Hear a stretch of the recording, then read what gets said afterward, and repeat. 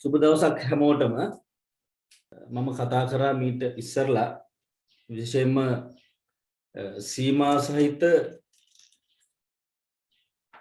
පොදු සමාගමක් කොහොමද යාලට අවශ්‍ය අරමුදල් සම්පාදනය කරගන්නේ සහ ඒවා ආයෝජනය කරන්නේ කොහොමද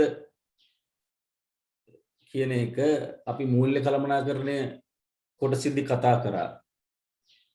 එහිදී මූල්‍ය කළමනාකරණය හැඳින්වීම මූල්‍ය අවශ්‍යතා අපි කතා කරා. මූල්‍ය සම්පාදන මාර්ග කතා කරා.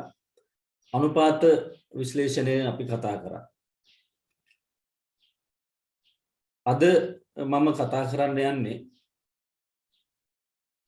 මූල්‍ය වෙළඳපොළ කොටස. එයින් අද අපි කතා කරනවා මූල්‍ය සම්පාදනය කරගන්නත්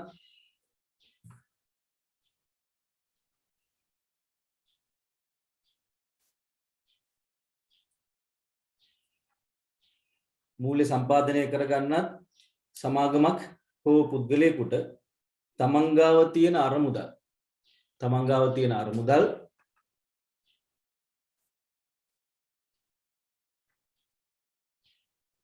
ආයෝජනය කරන්නත් ලංකාවේ සකස් වෙලා තියෙන ක්‍රමවේදය. අන්න ඒ ක්‍රමවේදය ගැන තමයි අද මම කතා කරන්නේ. ඒ කියන්නේ මම නැවත කිව්වොත් එහෙම අද කතා කරන කොටස මූල්‍ය වෙළඳපොළ කොටස. ඒ කියන්නේ අරමුදල් සම්පාදනය කරගන්නත් සමාගමක් හෝ පුද්ගලයෙකුට තමන් ගාව තියෙන අරමුදල් ආයෝජනය කරන්නත් ලංකාවේ සකස් වෙලා තියෙන ක්‍රමවේදය ගැන තමයි අද මම කතා කරන්නේ. එතකොට මම මේ කොටසෙන් ශ්‍රී ලංකාවේ මූල්‍ය ආයතන පද්ධතිය ගැන කතා කරනවා. නිපුණතා මට්ටම් 5. ඊළඟට නිපුණතා මට්ටම 6 මූල්‍ය වෙළඳපොළ කොටස කාලය අනුව නිපුණතා මට්ටම 7 සහ 8 කතා කරන්න මම උත්සාහ කරනවා. ඒ අනුව අපි නිපුණතා මට්ටම් 15 මූල්‍ය කළමනාකරණය හා සම්බන්ධ මූල්‍ය වෙළඳපොළක සහභාගීත්වය අධ්‍යයනය කරයි. කාලච්ඡේද 4ක් මේ කොටස තියෙනවා.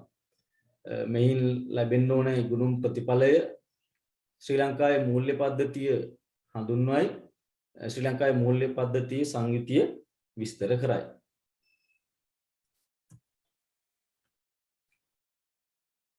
ඒ අනුව අපි මූල්‍ය පද්ධතියක් කියන්නේ මොකක්ද කියන එක හඳුනා ගන්න ඕනේ.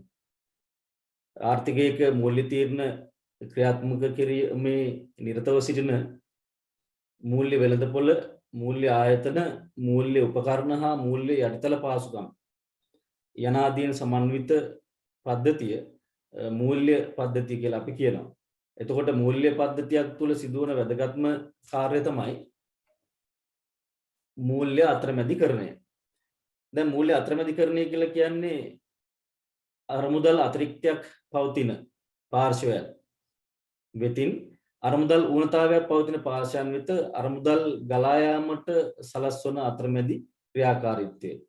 ඒ කියන්නේ අපි උදාහරණයක් ගත්තොත් එහෙම වාණිජ බැංකුවක තැන්පතු බාර ගැනීම සිද්ධ වෙනවා. ඒ තැන්පතු බාරගෙන ඒ කියන්නේ ආයෝජකයන්ගේ තැන්පතු බාරගෙන අරමුදල් අවශ්‍ය පාර්ශවයන්ට ණය දීම කරනවා. ඒතකොට තැන්පතු බාරගෙන ණය දීම කරනවා. ඒ අතරමැදි කාර්ය කරන්නේ කවුද? බැංකුව විසින්. ඒතකොට ඒ කාර්ය සිද්ධ වෙන්නේ මූල්‍ය පද්ධතිය තුල. ඒතකොට මේ මුදල් අතිරික්තයක් තියන අය සහ මුදල් හිගතාවයක් තියන අය මුණගස්වන මේ කාර්ය කරන්නේ මේ කාර්ය සිද්ධ වෙන්නේ මූල්‍ය පද්ධතිය තුල. දැන් එතකොට රටක ආර්ථිකයක අපි බලමු මේ නිර්වචනය. රටක ආර්ථිකයක මූල්‍ය තීරණ ක්‍රියාත්මක කරන මූල්‍ය වෙළඳපොළවල්, මූල්‍ය ආයතන, මූල්‍ය උපකරණ සහ මූල්‍ය යටිතල පහසුකම් යනාදීන් සමන්විත පද්ධතිය තමයි මූල්‍ය පද්ධතිය තුල මූල්‍ය පද්ධතිය කියලා කියන්නේ. දැන් මම කියවනේ මූල්‍ය පද්ධතිය තුල සිදුවන වැදගත්ම කාර්යය තමයි මුදල් අතරමැදිකරණය. ඒ කියන්නේ මුදල් අතිරික්තයක් තියෙන පාර්ශ්ව සහ මුදල් ඌනතාවයක් තියෙන පාර්ශ්ව මුණගස්වන එක. දැන් අපි මූල්‍ය පද්ධතියක සංයුතිය ගත්තොත් එහෙම මූල්‍ය පද්ධතියේ මෙන්න මේ අය ඉන්නවා. මූල්‍ය ආයතන, මූල්‍ය උපකරණ, මූල්‍ය යටිතල පාසුකම්, මූල්‍ය වෙළඳපොළ, මධ්‍යම බැංකුව. මධ්‍යම බැංකුව කියන්නේ අපි මහ බැංකුව. එතකොට මූල්‍ය පද්ධතිය අපිට මෙන්න මෙහෙම රූප සටහනකින් පෙන්වන්න පුළුවන්. මහ බැංකුව මූල්‍ය පද්ධතිය තුල නියෝජනය වෙනවා. මූල්‍ය පද්ධතිය තුල මහ බැංකුව නියෝජනය වෙනවා. ඊළඟට මූල්‍ය ආයතන, මූල්‍ය උපකරණ, මූල්‍ය යටිතල පහසුකම්, මූල්‍ය වෙළඳපොළ, අනිකුත් නියාමන ආයතන. එතකොට මේ මූල්‍ය පද්ධතිය තුල මේ නියාමන ආයතනත් ක්‍රියාත්මක වෙනවා. මූල්‍ය ආයතන ඒ කියන්නේ මේ මූල්‍ය පද්ධතියේ ක්‍රියාකාරීත්වය අධීක්ෂණය කරන හා නියාමනය කරන රාජ්‍ය සහ අනිකුත් රාජ්‍ය නොවන ආයතන වලට තමයි අපි නියාමන ආයතන කියලා කියන්නේ. එතකොට මෙන්න මේ කොටස් ටික මේ ටික එකතු වුණාම මූල්‍ය පද්ධතියක සංයුතිය නියෝජනය වෙනවා. මෙතන මූල්‍ය පද්ධතිය කියලා ලියා ගන්න නෝට් එකේ. දැන් අපි මූල්‍ය ආයතන වර්ග දැන් මේ මූල්‍ය ආයතන වර්ග කිරීම දැන් මේක අපි කතා කරා හත්වෙනි නිපුණතාවය මුදල් හා බැංකු කොටසදී කතා කරලා තියෙන්නේ. පුද්ගලයන්ගේ ව්‍යාපාරිකයන්ගේ හා රජයේ මූල්‍ය ගනුදෙනු පවත්වාගෙන යන්න විවිධ පාසුකම් සපයන ණය පාසුකම් ඒ සඳහා ක්‍රියා කරන ආයතන තමයි මූල්‍ය ආයතන කියලා කියන්නේ. රාජ්‍යාංශ ආයතනක් තියෙනවා, පෞද්ගලිකාංශ ආයතනක් තියෙනවා. මේක අපි කතා කරලා තියෙන්නේ. ඒ කියන්නේ මේ ව්‍යාපාරිකයන්ගේ පුද්ගලයන්ගේ රජයේ මූල්‍ය ගනුදෙනු පවත්වාගෙන යාම සහ විවිධ ණය පාසුකම් සැපීම සඳහා ක්‍රියා කරන ආයතන වලට තමයි අපි මූල්‍ය ආයතන කියලා කියන්නේ. අපි මේක ඔයාලට පැහැදිලි වෙයි මේක අපි හදාarලා තියෙනවා. ඒ මූල්‍ය ආයතන පද්ධතියේ ඉස්සලම නියෝජනය වෙන්නේ බැංකු අංශය. එතන තියෙනවා ශ්‍රී ලංකා මහා බැංකුව, බලපත්‍රලාභී වාණිජ බැංකු, බලපත්‍රලාභී විශේෂ බැංකු. බැංකු අංශය ඉස්සලම නියෝජනය වෙන්නේ. ඊළඟට අපි කතා කරලා තියෙනවා තැන්පතු බාර ගන්න අනිකුත් මූල්‍ය ආයතන. බලපත්‍රලාභී මුදල් සමාගම්, සම්පකාර ග්‍රාමීය බැංකු, සකසුරු අම්මා ණය දෙන සම්පකාර සමිතිය අපි මේ සියල්ල ගැන කතා කරලා තියෙන්නේ. ඊළඟට විශේෂිත මූල්‍ය ආයතන. දැන් විශේෂිත මූල්‍ය ආයතන කියන්නේ මේවල එක් ප්‍රමුඛ කාර්යයක්, එක් විශේෂ කාර්යයක් තියෙනවා. ඒ හින්දා තමයි විශේෂිත මූල්‍ය ආයතන කියලා කියන්නේ. විශේෂිත කල්බදු මූල්‍ය කරන සමාගම්, ප්‍රාථමික අලෙවිකරුවන්, කොටස් තරවුකරුවන්, ඒක බාර කළමනාකර සමාගම්, වෙළඳපොළ අතරමැදියන්, ව්‍යවසායකත්ව ප්‍රාග්ධන සමාගම්. දැන් විශේෂිත කල්බදු මූල්‍ය කරන සමාගම් වල ප්‍රධාන කාර්යය තමයි කල්බදු ලබා දෙන එක. ප්‍රාථමික අලෙවිකරුවෝ කියලා කියන්නේ මහ බැංකුව රජයේ මූල්‍ය අවස්ථා සම්පූර්ණ කරගන්න සුරුකුම්පත්. ඒ කියන්නේ භාණ්ඩාගාර බිල්පත් භාණ්ඩාගාර බැඳුම් කර නිකුත් කරද්දී පළවෙනි වතාවට මිලට ගන්න පාර්ශ්ව වලට තමයි ප්‍රාථමික අලෙවිකරුවන් කියලා කියන්නේ. කොටස් තරවකරුවන් කියලා කියන්නේ කොටස් ගනුදෙනු වලදී කොටස් මිලට ගන්නන් සහ කොටස් විකුණන්නන් සම්බන්ධ කරන පාර්ශව. ඒගොල්ලෝගේ ප්‍රධාන කාර්යය ඒක. ඒක බාරවල ප්‍රධාන කාර්යය ඒකක මිලට ගැනීම සහ විකිණීම. එතකොට වෙළඳපොළ අතරමැදියෝ තුන් දෙනෙක් ගැන අපි කතා කරලා තියෙනවා. ප්‍රාරක්ෂකයා, ඊළඟට ආයෝජන කළමනාකරුවන් සහ ආන්තික සැපයීම් කරුවන්. ඒ කියන්නේ සාධ්‍ය කරන ආයතන. මේවා මම පැහැදිලි කරලා තියෙන්නේ. ඊළඟට ව්‍යවසායකත්ව ප්‍රාග්ධන සමාගම්. එතකොට මේවල එක් විශේෂ කාර්යයක් තියෙනවා. ඒක නිසා තමයි විශිෂ්ට මූල්‍ය ආයතන කියලා කියන්නේ. ඊළඟට අපි ගිවිසුම්ගත ඉතිරි කිරීමේ ආයතන. මේවලත් අරමුදල් රැස් වෙන ආයතන, රක්ෂණ සමාගම් වල විශාල අරමුදලක් රැස් වෙනවා. ඊළඟට සේවක අර්සාදක අරමුදල, ඊළඟට සේවා නියුක්තිකයන්ගේ භාරකාර අරමුදල, අනුමත විශ්‍රාම සහ අර්සාදක අරමුදල්, රාජ්‍ය සේවා අර්සාදක අරමුදල්. දැන් මේවල අරමුදල් රැස් වෙන ආයතන. ඒවා මේ ලංකාවේ මූල්‍ය ආයතන පද්ධතිය නියෝජනය කරන මූල්‍ය ආයතන වර්ග හැටියට අපිට ගන්න පුළුවන්. එතකොට මේක මම උපුටා ගත්තේ 2019 මහ බැංකු වාර්ෂික වාර්තාවෙන්. නෝට් එකේ තියෙන එකත් එක්ක වෙනසක් නැහැ. මොකද මේ වම තමයි 2019 මහ බැංකුව වර්තාව නියෝජනය කරලා තියෙන. අපි මේක ඔයාලට මතක ඇති 7 වෙනි නිපුණතාවයේදී මුදල් සහ මූල්‍ය ආයතන කියන කොටසේදී අපි මේක සාකච්ඡා කරලා තියෙනවා. ඊළඟට ලංකාවේ මූල්‍ය වෙළඳපොළෙහි ක්‍රියාත්මක වන මූල්‍ය උපකරණ. අපි මේ මූල්‍ය පද්ධතියක සංයුතිය නියෝජනය කරන ඒවා කතා කරන්නේ.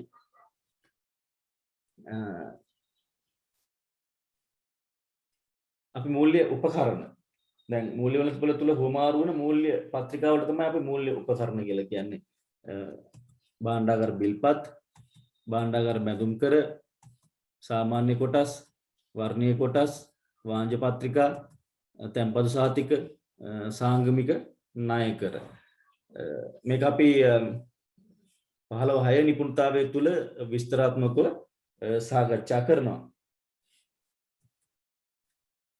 ඊළඟට අපි බලමු මූල්‍ය යටිතල පහසුකම් කියන්නේ මොනවද කියලා. මේ මූල්‍ය පද්ධතියේ නියෝජනය කරන සංරචක ඒ සංයුතිය නියෝජනය කරනවා අපි කතා කරන්නේ.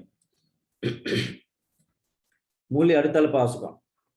දැන් මූල්‍ය යටිතල පහසුකම් කියලා කියන්නේ මූල්‍ය ක්‍රමය මනා ලෙස ක්‍රියාකාරීත්වයට ස්ථායීතාවය ස්ථාවරභාවය තහවුරු කරන්න සඳහා ආධාර වන ගෙවීම් පියවීම් පද්ධති වලට තමයි අපි මූල්‍ය යටිතල පහසුකම් කියලා කියන්නේ. එතකොට ලංකාවේ මහ බැංකුවේ අධීක්ෂණයෙන් ක්‍රියාත්මක වන පද්ධති වලට තමයි අපි මූල්‍ය යටිතල පහසුකම් කියලා කියන්නේ. එතකොට මේ මූල්‍ය වෙළඳපොලේ මූල්‍ය යටිතල පහසුකම් නිසා ඒ මූල්‍ය පද්ධතිය ඉතා සුමටව සාර්ථකව ස්ථායීතාවයෙන් යුතුව ඒ මූල්‍ය ක්‍රියාකාරීත්වයක් සිද්ධ වෙනවා. ඒ හින්දා මේ මූල්‍ය යටිතල පහසුකම් මූල්‍ය පද්ධතිය නියෝජනය කරන කොටසක්. ඒ මූල්‍ය යටිතල පහසුකම් නිසා තමයි මූල්‍ය ක්‍රියාකාරීත්වය සාර්ථකව සිද්ධ වෙන්නේ.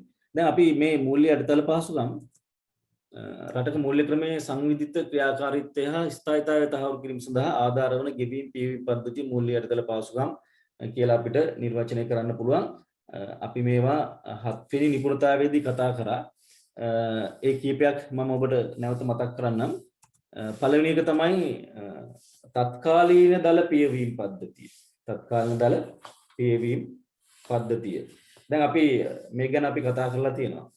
ලංකාවේ ගෙවීම් පියවීම් පද්ධතියේ තියෙන සිස්ටම් එකක් තමයි මේ RTGS කියලා කියන්නේ real time gross settlement system එක. ඒ කියන්නේ ශ්‍රී ලංකාවේ බැංකුව අතර වටිනාකමින් අධික ගෙවීම් කාල ප්‍රමාණයකින් තොරව උසස් තාක්ෂණයෙන් හා ප්‍රමිතියෙන් යොදාගෙන පියවීම සඳහා පිටව ඇති පරිගණක ගෙවීම් ක්‍රමයක් ඉතා සුළු කාලයකින් පියවීම් කරන්න පුළුවන්. ඒ නිසා මේ ක්‍රමය හරි වැදගත්. මේ රට තුල තියෙන ලංකාවේ තියෙන විශාලම වටිනාකම් සහිත ජාතික ගෙවීම් පද්ධතිය. ඒක අපි 7 වෙනි නිපුණතාවයේදී මේ ගැන මම කතා කරලා තියෙනවා. විශාල වටිනාකම් යුත් බැංකු අතර කරන ගෙවීම් කරන්න පාවිච්චි කරන පද්ධතියක්. මේ නිසා මූල්‍ය ක්‍රියාකාරීත්වය සාර්ථකව ශනිකව මූල්‍ය ගනුදෙනු කරන්න පුළුවන්. ඒ වගේම තමයි මේකත් එක්ක තව එකක් අපි කතා කරා ඉතා සුළු බැංකු සහ පුද්ගලයන් අතර සුළු වටිනාකම් සහිත ගනුදෙනු කරන්න තියෙන පද්ධතිය තමයි ස්ලිප්ස් ක්‍රමය. ශ්‍රී ලංකා අන්තර් බැංකු ගෙවීම් පද්ධතිය. ඒකත් මෙතනදී මම මතක් කරනවා. ඊළඟට මූල්‍ය යටිතල පහසුකමක් තමයි ඡායාගත පිළිබිඹු චෙක්පත් නිෂ්කාසන පද්ධතිය. චෙක්පත් නිෂ්කාසනය කිරීම සඳහා සකස් කරලා තියෙන පද්ධතිය. චෙක්පතේ ඡායා පිළිබිඹුවක් මහ බැංකුව වෙත යවුවහම අපි වෙනදා චෙක්පත් නිෂ්කාශනය කරේ මහමාර්ගයේ චෙක්පත් අරගෙන යන්න ඕනේ මහ බැංකුව වෙත. නමුත් මේ සිස්ටම් එක හඳුන්වා දුන්නාන් පස්සේ චෙක්පතේ ඡායා පිළිබිඹුවක් තමයි අපි වෙබ් කැමරාව පාවිච්චි කරලා යවන්නේ. එතකොට එතනින් චෙක්පත් නිෂ්කාශන කටයුතු ඉතාම පහසු වෙලා තියෙනවා මෙම පද්ධතිය තියෙන නිසා. එතකොට මූල්‍ය ගනුදෙනු ඉතා සාර්ථකව ශනිකව ඉක්මනින් කරන්න පුළුවන්. ඊළඟ පද්ධතිය තමයි නිර්ලේඛන සුරුකුම්පත් පියවීමේ පද්ධතිය. නිර්ලේඛන සුරුකුම්පත් පියවීමේ පද්ධතිය. ස්ක්‍රිප්ට්ලර් සිකියුරිටීස් සෙටල්මන්ට් සිස්ටම් එක. SSS පද්ධතිය මේකත් මම කතා කරලා තියෙනවා. මුද්‍රණය කරන සුරකුම්පත් සහතික භාවිතා කරනවා වෙනුවට සුරකුම්පත් මිලට ගැනීමට හෝ විකිණීමට අදාළ ගනුදෙනු සිදු කර ගැනීම සඳහා ලේඛන රහිතව භාවිතා වන ක්‍රමය මේක අර ලංකා සෙක්කු පද්ධතිය කියලාත් අපි කියනවා. ඒ පද්ධතිය ඔස්සේ ගනුදෙනු කරන්න පුළුවන්. දැන් සුරකුම්පත් පාවිච්චි වෙන්නේ ලේඛන රහිතව. ඒ කියන්නේ මේවා දැන් අන්තර්ජාලය තුල ගනුදෙනු කරන්න පුළුවන් වන විදිහට විද්‍යුත් ක්‍රමයට ගනුදෙනු කරන්න පුළුවන් විදිහට සකස් කරලා තියෙන්නේ. ඒක නිසා මේ පද්ධතිය නිසා මූල්‍ය ගනුදෙනු ඉතා සාර්ථකව කරන්න පුළුවන්. ඊළඟට තමයි ජගත් අන්තර්බැංකු සංවේදන සංගමය ස්විෆ්ට් ක්‍රමය. ඒ කියන්නේ නවතම තාක්ෂණය මත පදනම් වෙලා ලෝක පුරා තියෙන මූල්‍ය වෙළඳපොළවල් ආවරණය කරන සංවේදන ජාලය. එතකොට දැන් මේ ජාලය ඔස්සේ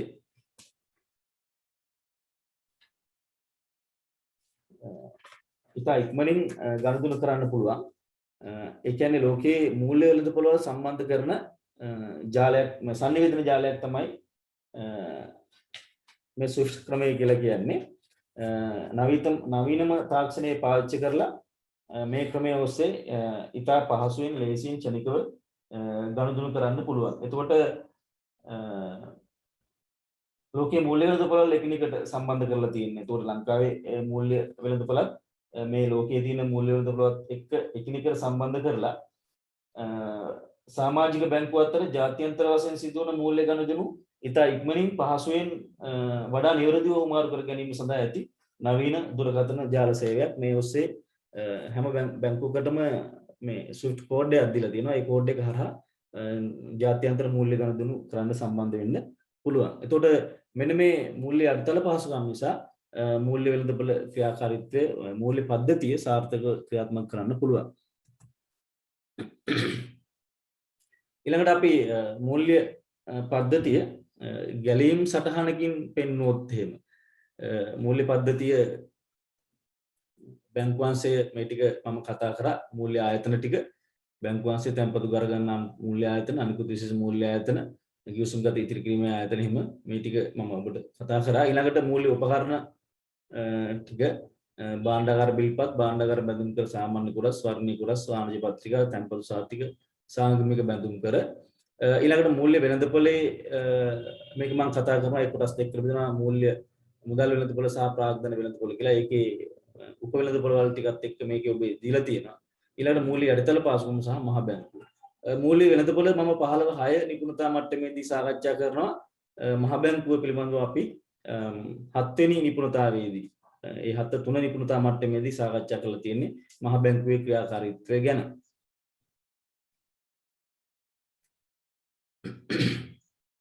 හරි එහෙනම් අපි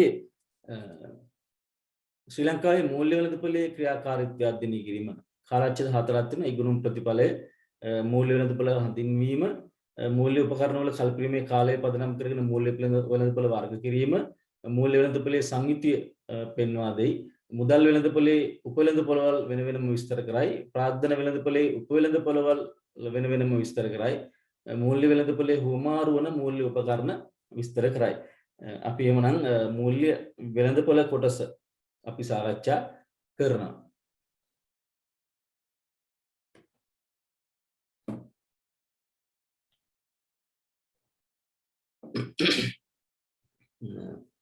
දැන් අපි මූල්‍ය වෙළඳපොළ ඉස්සරලාම බලමු වෙළඳපොළක් කියන්නේ මොකක්ද කියලා. දැන් වෙළඳපොළක් කියන එක මම මීට පෙර නිර්වචනය කරලා තියෙන්නේ. ඒ කියන්නේ වෙළඳපොලේ ඉන්නේ ගැනුම්කරුවන් සහ විකුණුම්කරුවන්. ඒ වෙළඳපොලේ ගැනුම්කරුවන් සහ විකුණුම්කරුවන් සම්බන්ධ කරන ක්‍රමවේදය තමයි අපි වෙළඳපොලක් කියලා කියන්නේ. දැන් ඒකේ ගැනුම්කරුවොත් ඉන්නවා විකුණුම්කරුවොත් ඉන්නවා. දැන් මේක අපි නිර්වචනය කරලා තියෙනවා ගැනුම්කරුවන් සහ විකුණුම්කරුවන් මුණගස්වන ඕනෑම තත්වයක්. ඒ කියන්නේ අවකාශය තුල ගැනුම්කරුව හා විකුණුම්කරුව මුණ ගැහෙන්න පුළුවන්. භෞතික වශයෙන් ස්ථානයක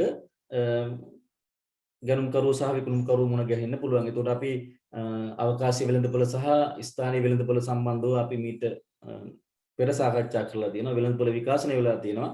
වෙළඳපොළ ස්ථානයේ ඉඳලා වෙළඳපොළ අවකාශය දක්වා.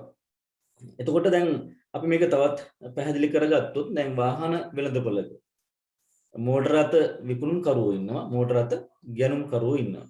එතකොට ඒ වගේම මෝටර රථ විකුණන හා මිලදී ගැනීම පහසු කරන ඒකට පහසුකම් සපයන අනිකුත් ආයතන, විශේෂයෙන්ම මූල්‍ය ආයතන, කල්බදු ආයතන, රක්ෂණ ආයතන වගේ දේවල් මූල්‍ය මේ වාහන වෙළඳපොලේ තියෙනවා. එතකොට ඒ වගේම වෙළඳපොළ හසුරුවන හා නියාමනය කරන රාජ්‍ය සහ රාජ්‍ය නොවන ආයතන මේ වාහන වෙළඳපොලේ තියෙනවා. එතකොට වාහන වෙළඳපොලේ මෝටර රථ විකුණුම් කරුවන් සහ මෝටර රථ ගැනුම් කරුවෝ, ඒ වගේම මෝටර රථ මිලට ගන්න හා විකිණීමට පහසුකම් සපයන රාජ්‍ය සහ අනිකුත් ආයතන ක්‍රියාත්මක වෙනවා. එතකොට වෙළඳපොළත් තුල ඔන්න ඔය පාර්ශ්ව තියෙනවා. අපි ඔය වගේ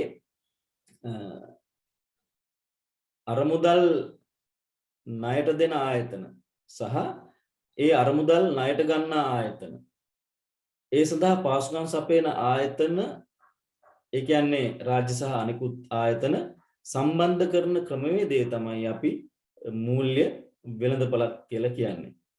දැන් මෙහිදී අර වාහන නැත්තම් මෝටර රථ වෙළඳපොළේදී වාගේ ගනුදෙනු වෙන්නේ භාණ්ඩයක් නෙවෙයි, මුදල් එහෙම නැත්තම් මූල්‍ය වත්කම්.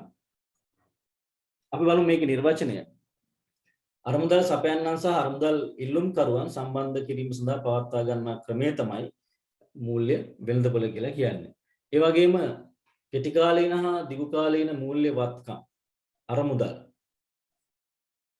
මූල්‍ය උපකරණ හා සොරකුම්පත්, මිලදී ගැනීම හා විකිණීම සිදු කරන ස්ථානයේ හෝ අවකාශයේ මූල්‍ය වෙළඳපොළ. මේ තුල මූල්‍ය වත්කම් මිලදී ගැනීම හා විකිණීම සිද්ධ වෙනවා. ඒ කියන්නේ කෙටි කාලීන හා දිගු කාලීන මූල්‍ය වත්කම් මිලට ගැනීම සහ විකිණීම සිදු කරන ස්ථානයේ හෝ අවකාශය මූල්‍ය වෙළඳපොළ කියලා තවදුරටත් හඳුන්වන්න පුළුවන්. මේ තුල මූල්‍ය වත්කම් මිලට ගැනීම සහ විකිණීම සිද්ධ වෙනවා. දැන් මේ නිර්වචනයේදී ඔබට පැහැදිලි ඇති අවකාශය තුලත් මේ ගනුදෙනු සිද්ධ වෙනවා. ඒ කියන්නේ වර්තමානයේ 80%ක් විතරම මේ අන්තර්ජාලය ඔස්සේ තමයි මූල්‍ය වෙළඳපොලේ ගනුදෙනු සිද්ධ වෙන්නේ. සංවිධානය හැක්සේම විද්‍යුත් ලෙසද පවතින්න පුළුවන්. දැන් ඔබට පැහැදිලි ඇති මූල්‍ය වෙළඳපොළක් කියලා කියන්නේ අරමුදල් සම්පාදනය කිරීම සඳහා යෙදවීම සඳහා සකස් වී ඇති, ඒ සඳහා පහසුකම් සපයන සියලු මූල්‍ය ආයතන හා පුද්ගලයන් අයත් යාන්ත්‍රණය මූල්‍ය වෙළඳපොළ කියලා කියන්න පුළුවන්. අපි මේක තවදුරටත් මෙහෙම පැහැදිලි කරගමු. දැන් මූල්‍ය වෙළඳපොලේ අරමුදල් සැපයීම් කරුවෝ ඉන්නවා. ඒ වගේම තමයි අරමුදල් ඉල්ලුම් කරුවෝ ඉන්නවා. ඒ කියන්නේ අරමුදල් අතිරික්තයක් තියන අය ඉන්නවා, අරමුදල් ඉල්ලුම් කරුවෝ ඉන්නවා. එතකොට මේ දෙගොල්ලෝ මුණගස්සන ක්‍රමවේදය තමයි මූල්‍ය වෙළඳපොළ කියලා කියන්නේ. මේ දෙගොල්ලෝ මුණගස්සන ක්‍රමවේදය. එතකොට අරමුදල් සැපයීම් කරුවෝ තමයි තනි පුද්ගලයෝ ඉන්න පුළුවන්, සමාගම් ඉන්න පුළුවන්, බැංකු, රජයේ විදේශ ආයතන ඉන්නත් පුළුවන්. අරමුදල් ඉල්ලුම් කරුවෝ වෙන්නොත් ඒ වගේම තමයි තනි පුද්ගලයෝ, සමාගම්, බැංකු, රජයේ විදේශ ආයතන. ඒ අපි කතා කරනවා ඉස්සරහට ඒ අරමුදල් සැපයීම් කරුවෝ, ඉල්ලුම් කරුවෝ සම්බන්ධව. එතකොට මේ දෙගොල්ල මුණගස්සන ක්‍රමවේදය තමයි අපි මූල්‍ය වෙළඳපොළ කියලා කියන්නේ. හරි. එතකොට මූල්‍ය උපකරණවල කල්පිරීමේ කාලය පදනම් කරගෙන අපි මූල්‍ය වෙළඳපොළ වර්ගීකරණය කරන්න පුළුවන්.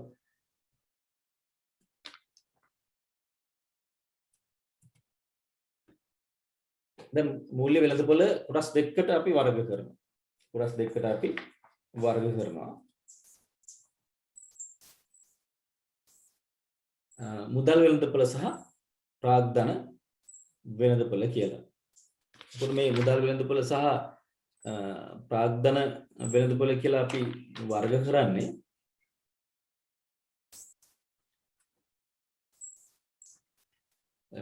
විශේෂයෙන්ම කල්පිරීමේ කාලය පදනම් කරගෙන, ප්‍රධානම කාරණා එක කල්පිරීමේ කාලය පදනම් කරගෙන තමයි ප්‍රාග්ධන වෙළඳපොළ සහ මුදල් වෙළඳපොළ කියලා වර්ග කරන්නේ. එතකොට ණය ඉල්ලුම් කරුවන් සහ ණය සපයන්නන් තමන්ගේ කෙටි කාල මූල්‍ය අවස්ථා ද්‍රවශීලීකරණ ස්ථානය හෝ අවකාශය තමයි මුදල් වෙළඳපොළ කියලා කියන්නේ. ඒතකොට වසරකට අඩු කාලයකදී පරිණත වන සුරුකුම්පත් මෙහිදී ගනුදෙනු වෙනවා. ප්‍රාග්ධන වෙළඳපොළ කියලා කියන්නේ දිගු කාලීන ණය අවශ්‍යතා තියෙන අය සහ දිගු කාලීන අරමුදල් සපයන අය සම්බන්ධ කරන ක්‍රමවේදයේ ප්‍රාග්ධන වෙළඳපොළේදී සිද්ධ වෙන්නේ දිගු කාලීන ණය සුරුකුම්පත් සාමාන්‍ය කොටස් වල ආයෝජකයන් වෙත නිකුත් කරන ව්‍යාපාර දිගු කාලීන ප්‍රාග්ධන අවශ්‍යතා සපුරා ගැනීම සඳහා සංවිධානය වූ වෙළඳපොළ තමයි අපි ප්‍රාග්ධන වෙළඳපොළ කියලා කියන්නේ.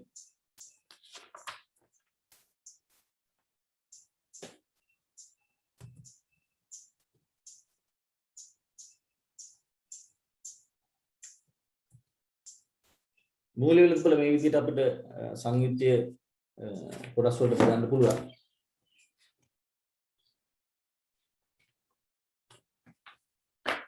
කල්පිරීමේ කාලය පදනම් කරගෙන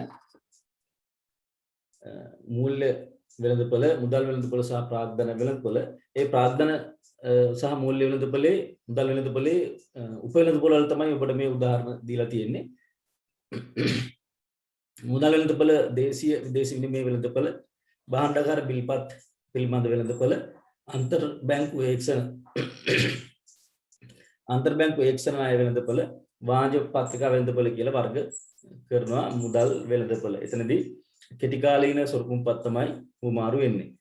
ප්‍රාග්ධන වෙළඳපොළ අපි භාණ්ඩාගාර බැඳුම් කර වෙළඳපොළ, සාංගමික වෙළඳපොළ, සාංගමික බැඳුම් කර වෙළඳපොළ, කොටස් වෙළඳපොළ කියලා වර්ග කරනවා.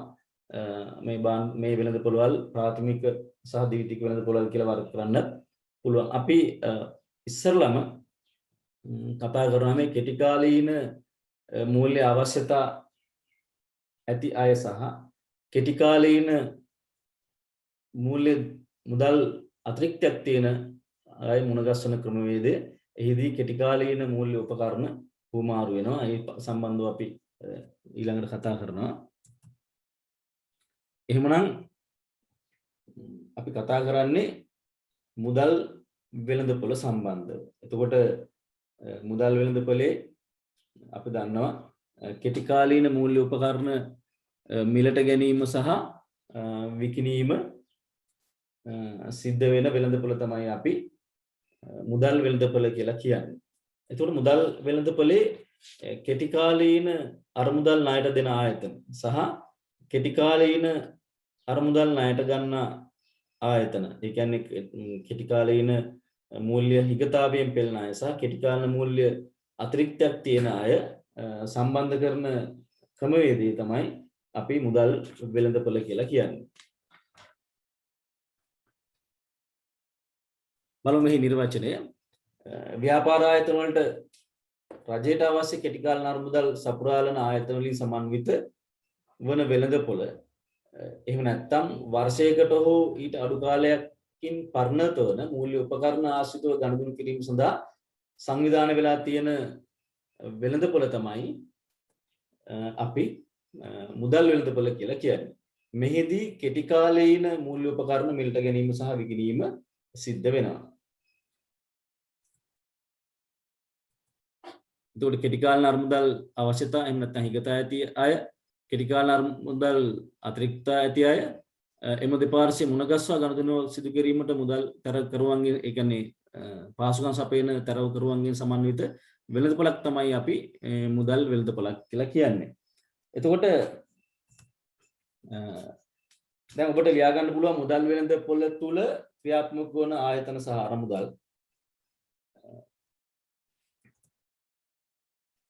මුදල් වෙළඳපොලේ ක්‍රියාත්මක වන ආයතන කීපයක් තියෙනවා. ශ්‍රී ලංකා මහා බැංකුව, ඊළඟට බලපත්‍රලාභී වාණිජ බැංකු, බලපත්‍රලාභී විශේෂ බැංකු, ප්‍රාථමික වෙළඳුන්, මුදල් තරවුකාර සමාගම්, රක්ෂණ ආයතන, සාධ්‍යකරණ සමාගම්, EPF, සේවක අර්ථසාධක අරමුදල, සේවක භාරකාර අරමුදල, ප්‍රාථමික වෙළඳුන්. ඔබේ සටහනේ මෙහෙම ලියා ගන්න මුදල් වෙළඳපොළ තුල ක්‍රියාත්මක වන ආයතන අරමුදල් කියලා දිනවා. එතන මෙහෙම ලියා ගන්න. පළවෙනි එක ශ්‍රී ලංකා මහා බැංකුව. ශ්‍රී ලංකා මහා බැංකුව.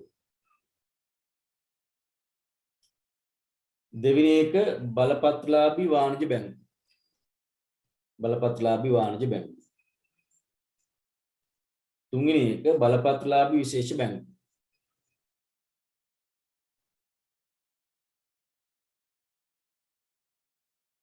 බලපත්‍රලාභී විශේෂ බැංකු.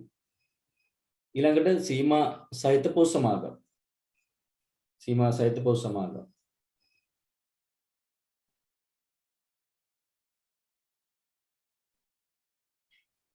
ලියාපදිංචි මූල්‍ය සමාගම්. ලියාපදිංචි මූල්‍ය සමාගම්.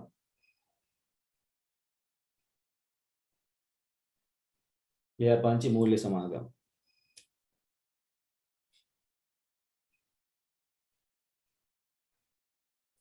ප්‍රාථමික වෙළඳු.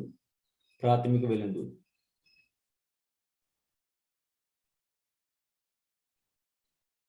සාධ්‍යකරණ සමාගම්.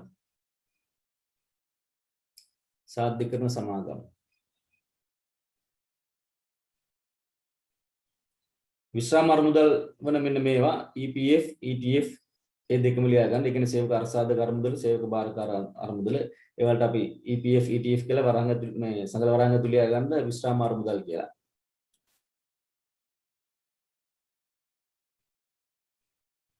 ඔයගේ ආයතන ක්‍රියාත්මක වෙනවා. ඊළඟට මේ ප්‍රාථමික වෙළඳුම් කියන එක මම කියන්නේ. දැන් මෙන්න මේ උපකරණ මුදල් වෙළඳපොළ තුල භාවිත කරන මූල්‍ය උපකරණ භාණ්ඩාගාර බිල්පත් නිකුත් කරන්නේ ශ්‍රී ලංකා මහා බැංකුව තැන කතා කරේ මූල්‍ය වෙළඳපොලේ මෙතන වෙන්නුනා මුදල් වෙළඳපොලේ භාවිත කරන උපකරණ කෙටි කාලින උපකරණයි ඒවා නිකුත් කරන ආයතන කීපයක් ගැන තමයි එතන සඳහන් කරලා තියෙන්නේ.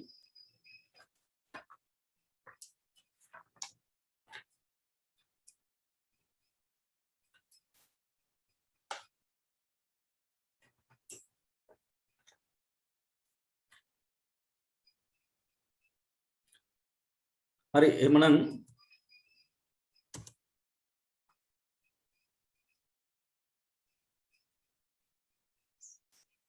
අපි මූල්‍ය වෙළඳපොළ කියන එක තවදුරටත් පැහැදිලි කළොත් එහෙම එතනත් මුදල් සැපයීම් කරුවෝ ඉන්නේ.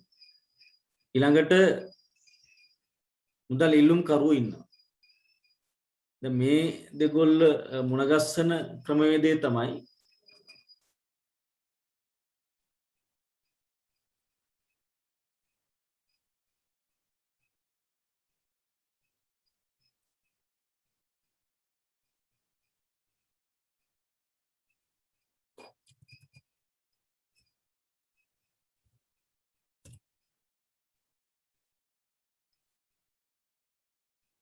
හරි එතකොට මුදල් වෙළඳපොළ කියලා කියන්නේ මුදල් සැපයීම් කරු ඉන්නවා. ඒ කියන්නේ මුදල් අතිරික්තයක් තියන අය ඉන්නවා.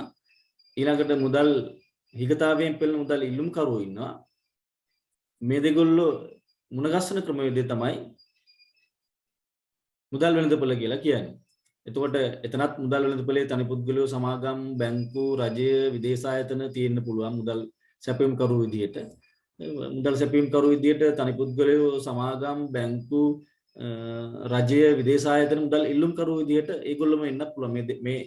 මේගොල්ලොම තමයි සමහර වෙලාවට සමහර අවස්ථාවලදී මුදල් විගතාවයෙන් පෙළෙනවා. සමහර අවස්ථාවලදී මුදල් අතිරික්තයක් තියෙන අවස්ථා තියෙනවා. ඒකට ඒ මුදල් කෙටි කාලීන මුදල් විගතාවයෙන් පෙළෙන සහ කෙටි කාලීන මුදල් අතිරික්තයක් තියෙන අය මුණගස්සන ක්‍රමවේදය තමයි මුදල් වෙළඳපොළ කියලා කියන්නේ. හරි දැන් අපි මුදල් වෙළඳපොළේ උපවෙළඳපොළව මුදල් වෙළඳපොළේ උපවෙළඳපොළවල් ප්‍රධාන උපවෙළඳපොළ තමයි අන්තර් බැංකු ඒක්ෂණ ණය වෙළඳපොළ කෝල් මනි මාකට් කියලා කියනවා. දැන් මේ වාණිජ බැංකු ගනුදෙනු කරගෙන යද්දී එයාලටත් සල්ලි හිග ඇති වෙනවා. ඇති වෙන්න පුළුවන්. විශේෂයෙන්ම වාණිජ බැංකු වලට එදිනෙදා බැංකු කටයුතු කරගෙන යාමට අවශ්‍ය මුදල් ප්‍රමාණයට කියන්නේ අපි ද්‍රවශීලතාවය කියලා. වාණිජ බැංකු වලට ඇතිවන මේ කෙටි කාලීන ද්‍රවශීලතා ගැටලු ආවහම සල්ලි හොයා ගන්න විවිධ ක්‍රම තියෙනවා. ඉතින් මේකෙන් ටිකක් අමාරු ක්‍රමයක් තමයි දිගු කාලීන ක්‍රම. ඊළඟට දිගු කාල ක්‍රම වලින් අරමුදල් සම්පාදනය කරගන්න පුළුවන් කොටස් නිකුත් කරලා එහෙම නැත්නම් මහ බැංකු ණයක් අරගෙන ඒ වගේ බැංකු වලට ඒ අරමුදල් අවශ්‍යතාවය සම්පූර්ණ කරගන්න පුළුවන්. ඒවත් දීර්ඝ කාලින වැඩ. නමුත් කෙටි කාලින ප්‍රශ්නයක් ආවොත් එහෙම එයාලගෙම ක්‍රමයක් තියෙනවා ඒ අරමුදල් හොයාගන්න මූල්‍ය අවස්ථාව සම්පූර්ණ කරගන්න. ඒ ක්‍රමය තමයි සහෝදර බැංකුවකින් ණයක් ගන්න පුළුවන්. ඒතකොට මේ බැංකු අතර සිදුවන ගනුදෙනු නිසා අපි ඒක ඒක්ෂණ ණය ගනුදෙනුවක් කියලා කියනවා. එතකොට එක් වාණිජ බැංකුවක් තවත් වාණිජ බැංකුවකින් කෙටි කාලින ගෙවීමේ පොරොන්දුව පිට මුදලක් එහෙම නැත්නම් ණයක් ගන්න පුළුවන්. උදාහරණයක් කිව්වොත් එහෙම සම්පත් බැංකුවට සල්ලි මදු වුණාම පුළුවන් ලංකා බැංකුවෙන් ණයක් ඉල්ල ගන්න. පසු ඒක බේරලා දාන්න පුළුවන්. එතකොට අඩු පොලියට තමයි මේ ණය මුදල් ගන්න. ඒ ගනුදෙනු සඳහා සකස්ලා තියෙන ක්‍රමවේදය තමයි ඒක්ෂණ ණය වෙළඳපොළ කියලා කියන්නේ. උදේ හරන් හවස දෙන්න ඕනේ. එහෙනම් එක් දවසක් තුල මේක සිද්ධ වෙන්නේ. මේක එක දවසක් තුල පියව දාන්න ඕනේ. ඒ වගේම තමයි මේකට මේ RTGS පද්ධතිය හරහා ඒ කියන්නේ තත්කාල දල පියවීම පද්ධතිය හරහා මහ බැංකුවේ තියෙන සංචිත ගිණුම් උපයෝග කරගෙන ගනුදෙනු කරන්නත් මේකට පහසුකම් සකස් කරලා තියෙනවා. මම RTGS පද්ධතිය ගැන ඔබට කතා කරා. ඒක පැහැදිලි කරා. ඒ පද්ධතිය ඔස්සේත් මේ ඒක්ෂණ ණය ගනුදෙනු සිද්ධ වෙනවා. එතකොට ඒ බැංකු වලට අවශ්‍ය මුදල් අවශ්‍යතා පිරිමහ ගන්න භාවිතා කරන ක්‍රමවේදය තමයි ඒක්ෂණ වෙළඳපොළේදී සිද්ධ වෙන්නේ. අපි මේක නිර්වචනය බලමු. වාණිජ බැංකු අතර කෙටි කාලීන ණය ඉල්ලුම් සහ සැපයුම් සිදුවන වෙළඳපොළයි ද්‍රවශීලතා හිගේන් පෙළෙන බැංකු සිය අවශ්‍යතා සපුරා ගැනීම සඳහා අතිරික්ත ද්‍රවශීලතාවයක් සහිත වාණිජ බැංකු වලින් දින 7කින් හෝ ඊට අඩු කාලයකින් හෝ පියවීමට යටත්ව මුදල් ණයට ගැනීම ඒක්ෂණ ණය ගනුදෙනුවක් ලෙස හැඳින්වෙන අතර එම ගනුදෙනු සිදුවන වෙළඳපොළ අන්තර් බැංකු ඒක්ෂණ ණය වෙළඳපොළ ලෙස හැඳින්වේ. ශ්‍රී ලංකා මහා බැංකුවේ ඇති එම බැංකු සතු සංචිත ගිණුම් හරහා මෙම ගනුදෙනු සිදු කරනවා. මෙම සිදුවන ගනුදෙනු එක් දිනක් එක් රැයක් තුල කල් පිරෙනවා. ඒක නිසා තමයි ඒක්ෂණ ණය ගනුදෙනුවක් කියලා කියන්නේ.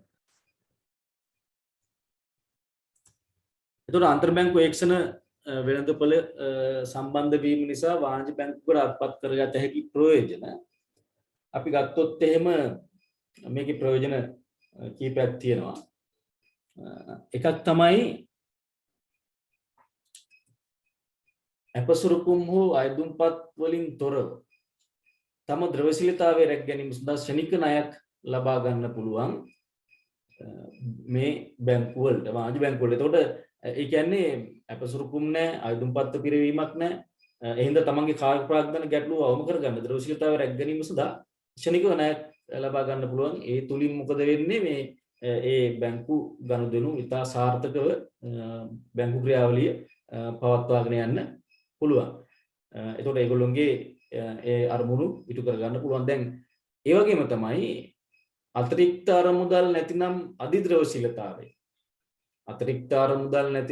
අධිද්‍රවශීලතාවය කෙටි කාලීනව ආයෝජනය කර ආදායම් ලබා ගැනීමට හැකි වෙනවා. දැන් අර මුදල් හිගතාවයේ පෙළෙන වලට ආයත අරමුදල් රැස් කර ගන්න පුළුවන් වෙනවා වගේම තමයි දැන් මේ අතිරික්ත අරමුදලක් තියෙන බැංකු තියෙනවනේ. ඒගොල්ලොන්ට මේ අතිරික්ත අරමුදල ආයෝජනය කරලා ඒකෙන් නිකන් ණය දෙන්නේ නැහැ. එක් දිනක් තුල පෙවුවත් නිකම් ණය දෙන්නේ නැහැ. ඒකට පොලියක් අය කරනවා. එතන මේ අතිරික්ත අරමුදල් එහෙම නැත්නම් අධිද්‍රවශීලතාවය තමයි කෙටි කාලීනව ආයෝජනය කරලා ආදායමක් උපයා ගන්නත් අවස්ථාව ලැබෙනවා මේ වාණිජ බැංකු වලට අන්තර් බැංකු ඒක්ෂණ ණය වෙළඳපොළ හරහා. ඒ වගේම තමයි තව කාරණයක් කිව්වොත් එහෙම තව මේකේ ප්‍රයෝජනයක් තියෙනවා. ද්‍රවශීලතා ගැටලුව හේතුවෙන් බැංකු බිඳ වැටීම වළක්වා ගන්න. ගනුදෙනු කිරීමේ හැකියාව මේ අන්තර් බැංකු ණය ඒකසන ණය වෙළඳපොළ හරහා උපකාරී වෙනවා. ඒ කියන්නේ ද්‍රවශීලත ගැටලු හේතුවෙන් බැංකු කඩා වැටීමකට ලක්වීම වළක්වාගෙන ගනුදෙනුකරුවන්ට ගනුදෙනුකරුවන්ගේ විශ්වාසය තහවුරු කරගෙන කටයුතු කිරීමේ හැකියාව ලැබෙනවා. ඒකත් අපිට ප්‍රයෝජනයක් හැටියට ගන්න පුළුවන්. ඒකත් අවශ්‍ය නම් කියන්න පුළුවන්. ද්‍රවශීලතා ගැටලු හේතුවෙන් බැංකු බිඳ වැටීමකට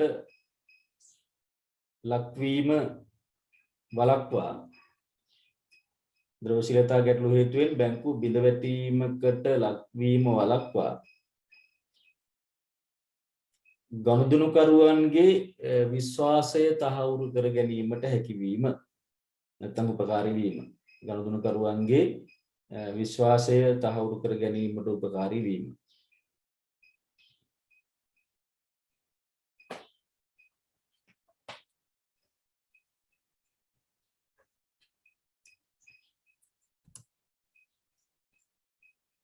හරි, ඊළඟට අපි අනිත් මුදල් වෙළඳපොලේ උපවෙළඳපොළ තමයි දේශීය විදේශ විනිමය වෙළඳපොළ. දේශීය විදේශ විනිමය වෙළඳපොළ.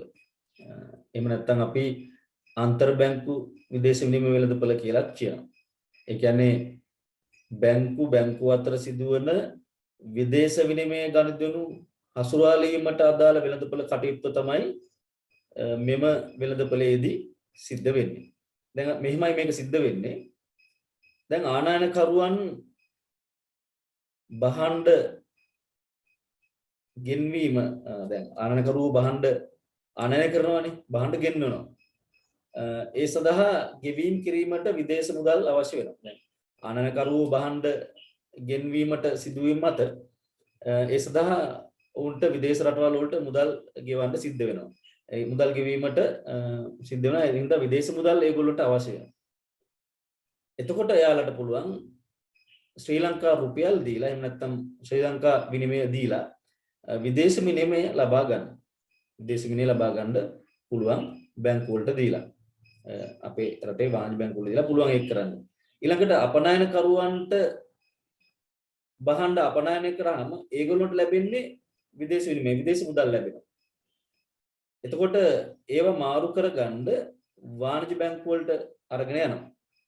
ඒ කියන්නේ බැංකුවට විදේශ මුදල් දීලා රුපියල් ගන්න පුළුවන්. මේ අනුව මේ කියන්නේ අපනයනකරුවන්ගෙන් විදේශ විනිමය මිලදී ගැනීමත් ඒවා ආනයනකරුවන්ට විකිණීමත් ඒක තමයි විදේශ විනිමය වෙළඳපොළේදී සිද්ධ වෙන්නේ. එතකොට වාණිජ බැංකු විදේශ විනිමය ගනුදෙනු කරන්න මහ බැංකුවෙන් අවසරය ගන්න ඕනේ.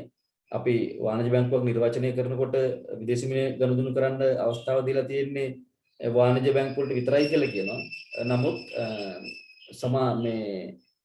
වර්තමානයේදී බලපත්ලා විශේෂ බැංකු කීපයකට මට මතක හැටියට දෙකකට අවසරය දීලා තියෙනවා විදේශ විනිමය ගනුදෙනු කරන්න.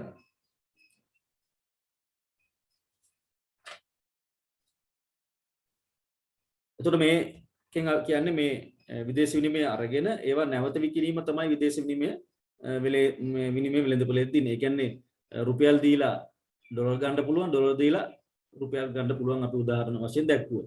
දැන් මේකේ නිර්වචනය බලමු. රටේ විදේශ විනිමය යොදාගෙන කෙටි කාල ණය ගැනීම හා කෙටි කාල ණය සැපීම සිදුවන වෙළඳපොළ නැතහොත් වාණිජ බැංකු වලට විදේශ විහාර මුදල් ගනුදෙනු වලට අදාළ සිදුවන කටයුතු මේ නමින් හඳුන්වන්න පුළුවන්. මෙහි කාර්යයන් අපි බැලුවොත් එහෙම එක කාර්යයක් ලියන්න මේ මෙතන මම දීර්ඝ වශයෙන් දාලා තියෙනවා එහෙම ලියන්න ඕනේ නැහැ. විදේශ විහාර මුදල් මිලට ගැනීම හා විකිණීම කියන එක ප්‍රමාණවත් මම උදාහරණ පැහැදිලි කරා. විදේශ විහාර මුදල් මිලට ගැනීම හා විකිණීම. අපනයනකරුවන් ලබා ගන්නා විදේශ මුදල් වාණිජ බැංකු වලට විකුණා ශ්‍රී ලංකා රුපියල් ලබා ගැනීම සහ ආනයනකරුවන් ශ්‍රී ලංකා රුපියල් ලබා දී විදේශ මුදල් මිලට ගැනීම. අපනයනකරුවන් ලබා ගන්නා විදේශ මුදල් වාණිජ බැංකු වලට විකුණා ශ්‍රී ලංකා රුපියල් ලබා ගැනීම. ආනයනකරුවන් ශ්‍රී ලංකා රුපියල් ලබා දී විදේශ මුදල් ගැනීම. ඒක තමයි මේ වෙළඳපොළේදී සිද්ධ වන ප්‍රධානම කාර්යය. විදේශ ව්‍යවහාර මුදල් මිලට ගැනීම විකිණීම කියන එක ප්‍රමාණවත්. ඊළඟට ණයවර ලිපි නිකුත් කිරීම. මම ණයවර ලිපියක් කියන එක ඔබට පැහැදිලි කරලා තියෙනවා. කීප අවස්ථාවක ඒ කියන්නේ ආනයනකරුගේ බැංකුව විසින් අපනයනකරුගේ බැංකුවට මුදල් ගෙවන බවට පොරොන්දු වෙමින් නිකුත් කරන ලියවිල්ල තමයි ණයවර ලිපිය කියලා කියන්නේ. ඒකත් විදේශ විනිමය වෙළඳපොළේ සිද්ධ වෙනවා. ඊළඟට සංචාරක චෙක්පත් මිලට ගැනීම හා විකිණීම. ඒ කියන්නේ විදේශ රටවල හෝ දේශීයව සංචාරය කරනවා නම් බැංකුවට මුදල් දීලා සංචාරක චෙක්පතක් ගන්න පුළුවන්. ඒක අපිට පුළුවන් ඒ අදාළ රටේදී ඒ රටේ මුදල් බවට පරිවර්තනය කරගෙන ගනුදෙනු කරන්න පුළුවන්. ඊළඟට විදේශ බැංකු අනකර නිකුත් කිරීම ආදී ගනුදෙනු මෙම වෙළඳපොළේදී සිද්ධ වෙනවා. එක බැංකුවකින් තවත් බැංකුවට මුදල් ගෙවන බවට පොරොන්දු වෙමින් කරන යවන ලියවිල්ල තමයි විදේශ බැංකු අනකරයක් කියලා කියන්නේ. අපි මේවා විදේශ වෙළඳාම් පාඩමේදී සාකච්ඡා කරලා තියෙනවා.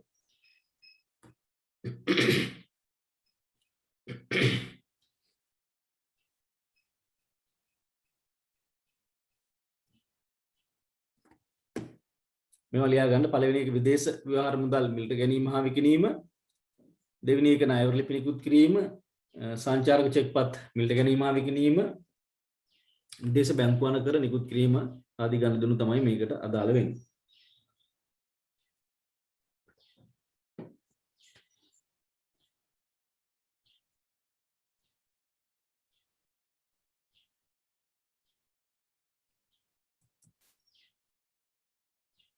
හරි, ඊළඟ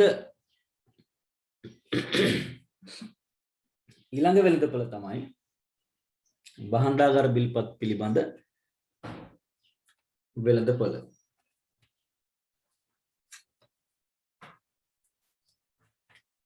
දැන් රජයට අවශ්‍ය කෙටි කාලීන මූල්‍ය අවශ්‍යතා සම්පූර්ණ කරගන්න නිකුත් කරන සුරුකුම්පතක් තමයි භාණ්ඩාගාර බිල්පතක් කියලා කියන්නේ. රජයට අවශ්‍ය කෙටි කාල අරමුදල් දේශීය මුදලින් සපයා ගැනීම සඳහා රජය වෙනුවෙන් ශ්‍රී ලංකා මහ බැංකුවේ රාජ්‍ය ණය දෙපාර්තමේන්තුව නිකුත් කරන නිර්ලේඛන සුරුකුම්පත් විශේෂයක් තමයි භාණ්ඩාගාර බිල්පතක් කියලා කියන්නේ. මේක ඉහළ ද්‍රවශීලතාවයක් තියෙනවා, අඩු අවදානමක් තියෙන රජය නිකුත් කරන නිසා.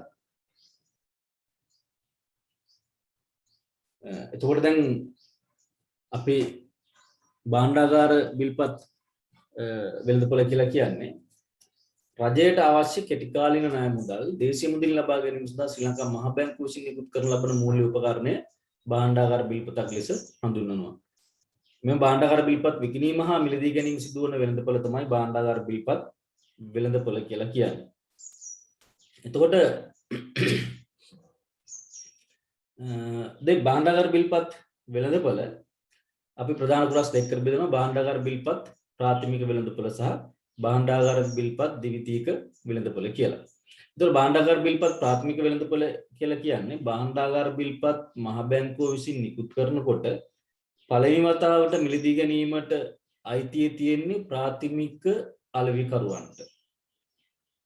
ප්‍රාථමික අලෙවිකරු වර්ග දෙකක් තියෙනවා. විශේෂයෙන්ම වාණිජ බැංකුවලට පුළුවන් ඉස්සරලම් මිලට ගන්න, ඊළඟට පුළුවන් ප්‍රාථමික වෙළඳුන්ට. ඒ කියන්නේ සීමාසද්ද පොදු සමාගම් තියෙනවා මේ මිලට ගන්න පුළුවන් ආයතන. උදාහරණයක් කිව්වොත් එහෙම පහුගිය කාලේ ආందోලන ලක් වූ පර්පචුවල් ට්‍රෙසරි සමාගම මෙහිම උදාහරණ වශයෙන් දක්වන්න පුළුවන්. එතකොට භාණ්ඩාගාර බිල්පත් ඉස්සරලම් මිලට ගන්න වෙළඳපොළ තමයි ප්‍රාථමික වෙළඳපොළ කියලා කියන්නේ. රජයට අවශ්‍ය කෙටි කාලීන ණය ලබා ගැනීම සඳහා ශ්‍රී ලංකා මහ බැංකුව මුලින්ම ප්‍රාථමික අලෙවිකරුවන්ට භාණ්ඩාගාර බිල්පත් නිකුත් කිරීම පිළිබඳ ගනුදෙනු සිදු වන වෙළඳපොළ තමයි භාණ්ඩාගාර බිල්පත් පිළිබඳ ප්‍රාථමික වෙළඳපොළ කියලා කියන්නේ. මෙහිදී සතිපතා වෙන්දේසි ක්‍රම යටතේ බිල්පත් අලෙවි කරන අතර ප්‍රාථමික අලෙවිකරුවන්ට පමණක් ඒ සඳහා විද්‍යුත් ලෙස ලංසු ලැබීමට අවසර තියෙනවා. ඉතිරි වෙන බිල්පත් තිබෙනවා නම් ඒක මහ බැංකුව විසින්ම කල්පිරණකම් තියාගන්න. ඊළඟට භාණ්ඩාගාර බිල්පත් පිළිබඳ ද්විතීයික වෙළඳපොළ කියලා කියන්නේ ශ්‍රී ලංකා මහ බැංකුව විසින් භාණ්ඩාගාර බිල්පත් නිකුත් කරන විට ඒවා මිලට ගන්න අවකාශය තියෙන්නේ ප්‍රාථමික අලෙවිකරුවන්ට. එතකොට ඒ ප්‍රාථමික අලෙවිකරුවන්ගෙන් මිලටගත් භාණ්ඩාගාර බිල්පත්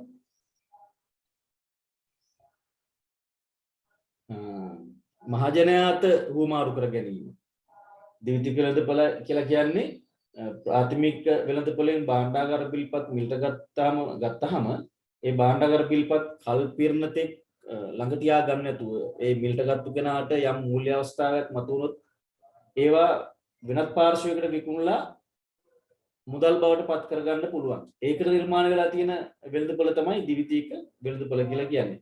ඒ කියන්නේ ප්‍රාථමික වෙළඳුන්ගෙන් හෝ මේ වාණිජ බැංකු වලින් වෙනත් ආයෝජකයන් විසින් ඒවා මිලට ගැනීමත් නැවත අවශ්‍ය නම් මේවා ප්‍රාථමික බැංකු වලට හෝ වෙළඳුන්ට විකිණීමත් සිදුවන වෙළඳපොළ තමයි ද්විතීයික වෙළඳපොළ කියලා කියන්නේ. එතකොට මේ ප්‍රාථමික වෙළඳපොළේදී විකුණුම් කරුවෝ වෙන්නේ ශ්‍රී ලංකා මහ බැංකුව. ද්විතීයික වෙළඳපොළේදී ඒ ආයෝජකයන් අතර මේවා හුවමාරු කරගන්න පුළුවන්. ඒ කියන්නේ නැවත ප්‍රාථමික අලෙවිකරුවන්ට විකුණලා සල්ලි ගන්නත් පුළුවන්. එහෙම නැත්නම් වෙන ආයෝජකයෙකුට විකුණලා සල්ලි ගන්නත් පුළුවන්. එතකොට මේ බලන නිර්වචනය ප්‍රාථමික වෙළඳපොළේ මිලටගත් භාණ්ඩාගාර බිල්පත් කල්පිරණ තෙක් ළඟ තබා නොගෙන භාණ්ඩාගාර බිල්පත් විකිණීම හා මිලට ගැනීම සිදුවන වෙළඳපොළයි. ඒ අනුව ප්‍රාථමික වෙළඳපොළෙන් වෙළඳුන්ගෙන් හෝ වාණිජ බැංකු වලින් වෙනත් ආයෝජකයන් විසින් ඒවා මිලට ගැනීමත් නැවත අවශ්‍ය නම් ඒවා බැංකු වලට ප්‍රාථමික වෙළඳුන්ට විකිණීම සිදුවන වෙළඳපොළ තමයි ද්විතීයික වෙළඳපොළ කියලා කියන්නේ. දැන් මේකේ බලන්න මේ මම උදාහරණයක් මේකේ මේ රූප සටහන. දැන් ශ්‍රී ලංකා මහ බැංකුව සුරුකුම්පත් ඒ කියන්නේ භාණ්ඩාගාර බිල්පත් නිකුත් කරනවා. ඒ නිකුත් කරනකොට පුළුවන් ප්‍රාථමික වෙළඳුන්ටයි වාණිජ බැංකු වලටයි මිලට ගන්න. මෙන්න මේ වෙළඳපොළට අපි කියනවා භාණ්ඩාගාර බිල්පත් පිළිබඳ ප්‍රාථමික වෙළඳපොළ කියලා. එතකොට මහ බැංකුව විකුණනවා ප්‍රාථමික වෙළඳුන් වාණිජ බැංකු. ඒ කියන්නේ ප්‍රාථමික අලෙවිකරුවා.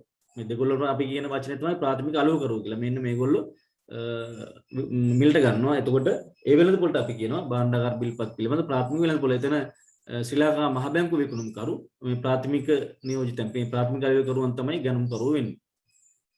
ඊළඟට මේ ප්‍රාථමික වෙළඳුන්ගෙන් පුළුවන් ආයෝජකයන්ට මිලට ගන්න. ඒ වගේම තමයි ආයෝජකයන්ට හදිසි මූල්‍ය ගැටලු මතුවුනොත් මේවා නැවත වාණිජ බැංකු වලට හෝ ප්‍රාථමික වෙළඳුන්ට විකුණලා සල්ලි ගන්න පුළුවන්. අන්න මේ වෙළඳපොළට මේ වෙළඳපොළට අපි කියන්නේ භාණ්ඩාගාර බිල්පත් පිළිබඳ ද්විතීයික වෙළඳපොළ කියලා. ඒතර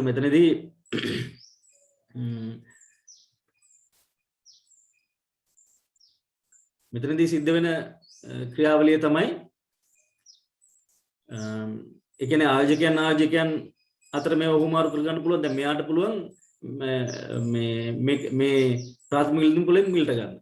මිලට අරගෙන වෙන කාට හරි විකුණන්නත් පුළුවන්. එහෙම නැත්නම් මේගොල්ලන්ටම නැවත විකුණන්නත් පුළුවන්. ඒකට මේ ප්‍රාථමික වෙළඳපොළෙන් මිලට ගැනීමයි ඊළඟට ආයෝජකයන් මේවා නැවත විකුණලා මේගොල්ලන්ට මුදල් ලබා ගැනීමයි සිදුවන වෙළඳපොළ. එතකොට මෙතන විකුණන්න පුළුවන්, මිලට ගන්නත් පුළුවන්. මේගොල්ලන්ගේ මිලට ගන්නවා, මේගොල්ලන්ට විකුණනවා. එතකොට මේ කාරණා දෙකම සිද්ධ වෙන වෙළඳපොළ තමයි භාණ්ඩාගාර බිල්පත් පිළිබඳ ද්විතීයික වෙළඳපොළ කියලා කියන්නේ.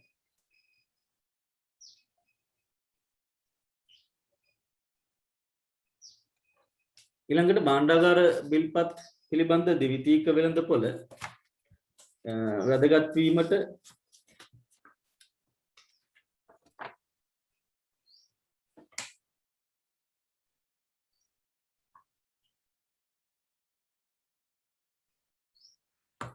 හේතු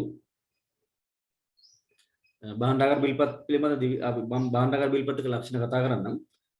භාණ්ඩාගාර බිල්පත් පිළිබඳ ද්විතීයික වෙළඳපොළ වැදගත් වෙන්න එක හේතුවක් තමයි ප්‍රාථමික වෙළඳපොළේ ගනුදෙනු පුළුල් වෙනවා. නෝට් එක මේක තියෙනවා. ප්‍රාථමික වෙළඳපොළේ ගනුදෙනු පුළුල් වෙනවා. ඊළඟට කල්පිරණ තෙක් ළඟ තියාගන්න සිද්ධ වෙන්නේ නැහැ. තව කෙනෙකුට විකුණලා සල්ලි ගන්න පුළුවන්. එහෙම නැත්නම් නැවත මහා බැංකුවටම විකුණලා සල්ලි ගන්න පුළුවන්. ඊළඟට කෙටි කාලින හුමාරු කර හැකි ලියවිල්ලක් ගනුදෙනු කරන්න පුළුවන් ලියවිල්ලක් කෙටි කාලින හුමාරු කර හැකි ලියවිල්ලක් ලෙස භාණ්ඩාගාර බිල්පත් සලකන හින්දා දිවිතික වෙළඳපොළ වැදගත් වෙනවා. ඊළඟට අපි ගත්තොත් එහෙම භාණ්ඩාගාර බිල්පතක ලක්ෂණ. දැන් මේක ගනුදෙනු කළ හැකි ලේඛනයක් රහිතව නිකුත් කරන නිර්ලේඛන සුරුකුම් පතක් වීම. ඔබට ලක්ෂණ ලියා ගන්න පුළුවන්. ගනුදෙනු කළ හැකි නිර්ලේඛන සුරුකුම් පතක් වීම.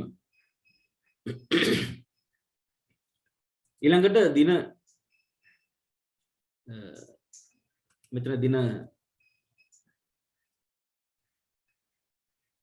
91 වෙන්න ඕනේ.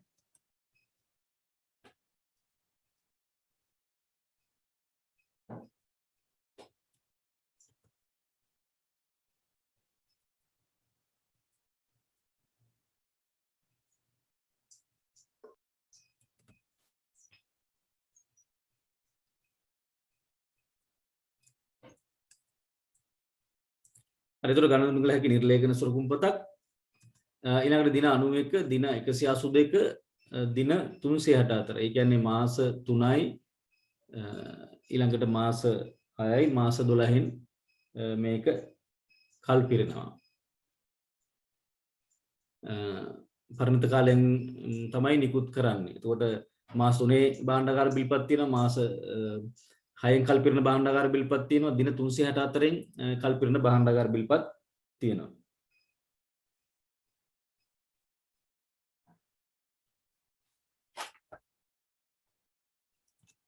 හරි ඊළඟට අවදානම් රහිත මූල්‍ය උපකරණයක් මේක රජය නිකුත් කරන්නේ. ඒක නිසා අවදානම අඩුයි මේ සුරුකුම් පතේ. ආයෝජනය කරන ලබන අවස්ථාවේදීම පොලිය ලැබෙන පරිදි වට්ටමකට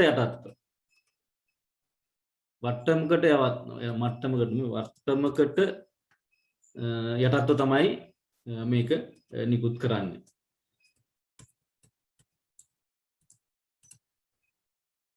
ආයෝජනය කරන අවස්ථාවේදීම පොලිය ලැබෙන පරිදි වට්ටමකට යටත්ව නිකුත් කිරීම. දැන් අපි මෙහෙම හිතමු භාණ්ඩාගාර බිල්පතක් බිල්පත් ගන්න පුළුවන් වාණිජ බැංකුවකින් ආයෝජකයෙකුට. අපි හිතමු ගන්නේ ලක්ෂ 100ට. ලක්ෂ 100ක් දීලා භාණ්ඩාගාර බිල්පත් මිලට ගන්නවා. මේ ලක්ෂ 100ක භාණ්ඩාගාර බිල්පත් මිලට ගන්නවා කියලා හිතමුකෝ. එතකොට ගන්නේ ලක්ෂ 90කට.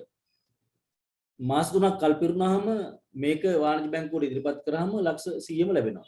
අපි ගන්නේ 90ට නැවත මේක වාණිජ බැංකුවට ඉදිරිපත් කරාම අපිට ලක්ෂ 100ම ලැබෙනවා. එතකොට ලක්ෂ 10ක ලාභයක් තියෙනවා. එතකොට ඒ කියන්නේ ආයෝජනය කරන අවස්ථාවේදීම අපිට පොලිය ලැබිලා. අනුදත් සීමාව පාර්ලිමේන්තුව මගින් තීරණය කරන්නේ. එතකොට ඒ කියන්නේ නිකුත් කරන ප්‍රමාණය තීරණය කරන්නේ පාර්ලිමේන්තුව මගින්. රුපියල් 10000 ගුණිතයන්ගෙන් ආයෝජකයන්ට නිකුත් කරනු ලබන අතර ප්‍රාථමික අලෙවිකරුවන්ට මිලියන 5 ගුණිතයන්ගෙන් මිලියනේ කියලා ඇති නෝට් එකේ හදාගන්න මිලියන 5 ගුණිතයන්ගෙන් නිකුත් කරන්නේ. එතකොට භාණ්ඩාගාර බිල්පතක ලක්ෂණ ගනුදෙනු කළ හැකි නිර්ලේඛන සුරුකුම් පතක් දින 91 දින 182 දින 364 යන පරත කාලයන්ගෙන් නිකුත් කිරීම අවදානම් රහිත මූල්‍ය උපකරණයක් ආයෝජනය කරනු ලබන අවස්ථාවේදීම පොලිය ලැබෙන පරිදි වට්ටමකට යටත්ව නිකුත් කිරීම අනුදත් සීමාව පාර්ලිමේන්තුව මගින් තීරණය කිරීම රුපියල් 10000 ගුණිතයන්ගෙන් ආයෝජකයන්ට ගන්න පුළුවන් ප්‍රාථමික වෙළඳ පොලෙන් ආයෝජකයන්ට මිලට ගන්න පුළුවන් ප්‍රාථමික වෙළඳ පොලේ ඉන්න අලෙවිකරුවන්ට ගන්න පුළුවන් වෙන්නේ මිලියන 5 ගුණිතයන්ගෙන්.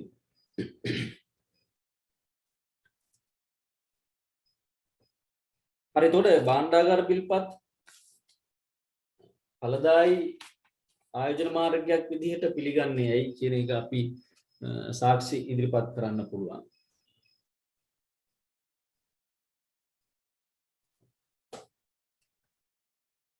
දැන් ඉතින් මෙතන නෝට් එකේ තියෙනවා දිවිතික වෙළඳපොලේ භාණ්ඩාගාර බිල්පත් වල ආයෝජනයේ සිදු කරන ලබන ආයතන දීප්තික වෙළඳපොලේ භාණ්ඩාගාර බිල්පත් වල ආයෝජනය සිදු කරන ආයතන ඒක ලියා ගන්න බලපත්ලාභී වාණිජ බැංකු දීප්තික වෙළඳපොලේ භාණ්ඩාගාර බිල්පත් මිලට ගන්නවා.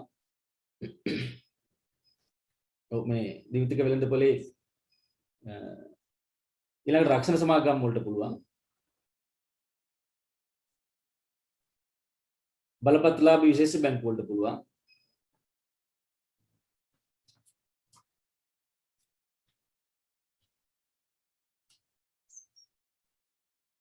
බලපත්ලාභී විශේෂ බැංකු වලට ඊළඟට පළවෙනි මම කිව්ව වාණිජ බැංකු බලපත්ලාභී වාණිජ බැංකු ඒගොල්ලෝ දීප්තික වල ප්‍රාථමික වෙළඳපොළ මිලට ගන්නවා දීප්තික වෙළඳපොළට ගන්නවා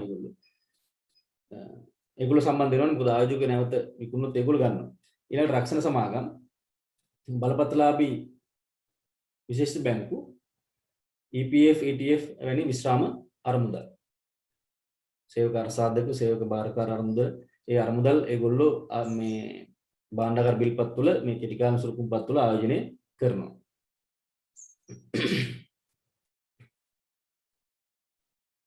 right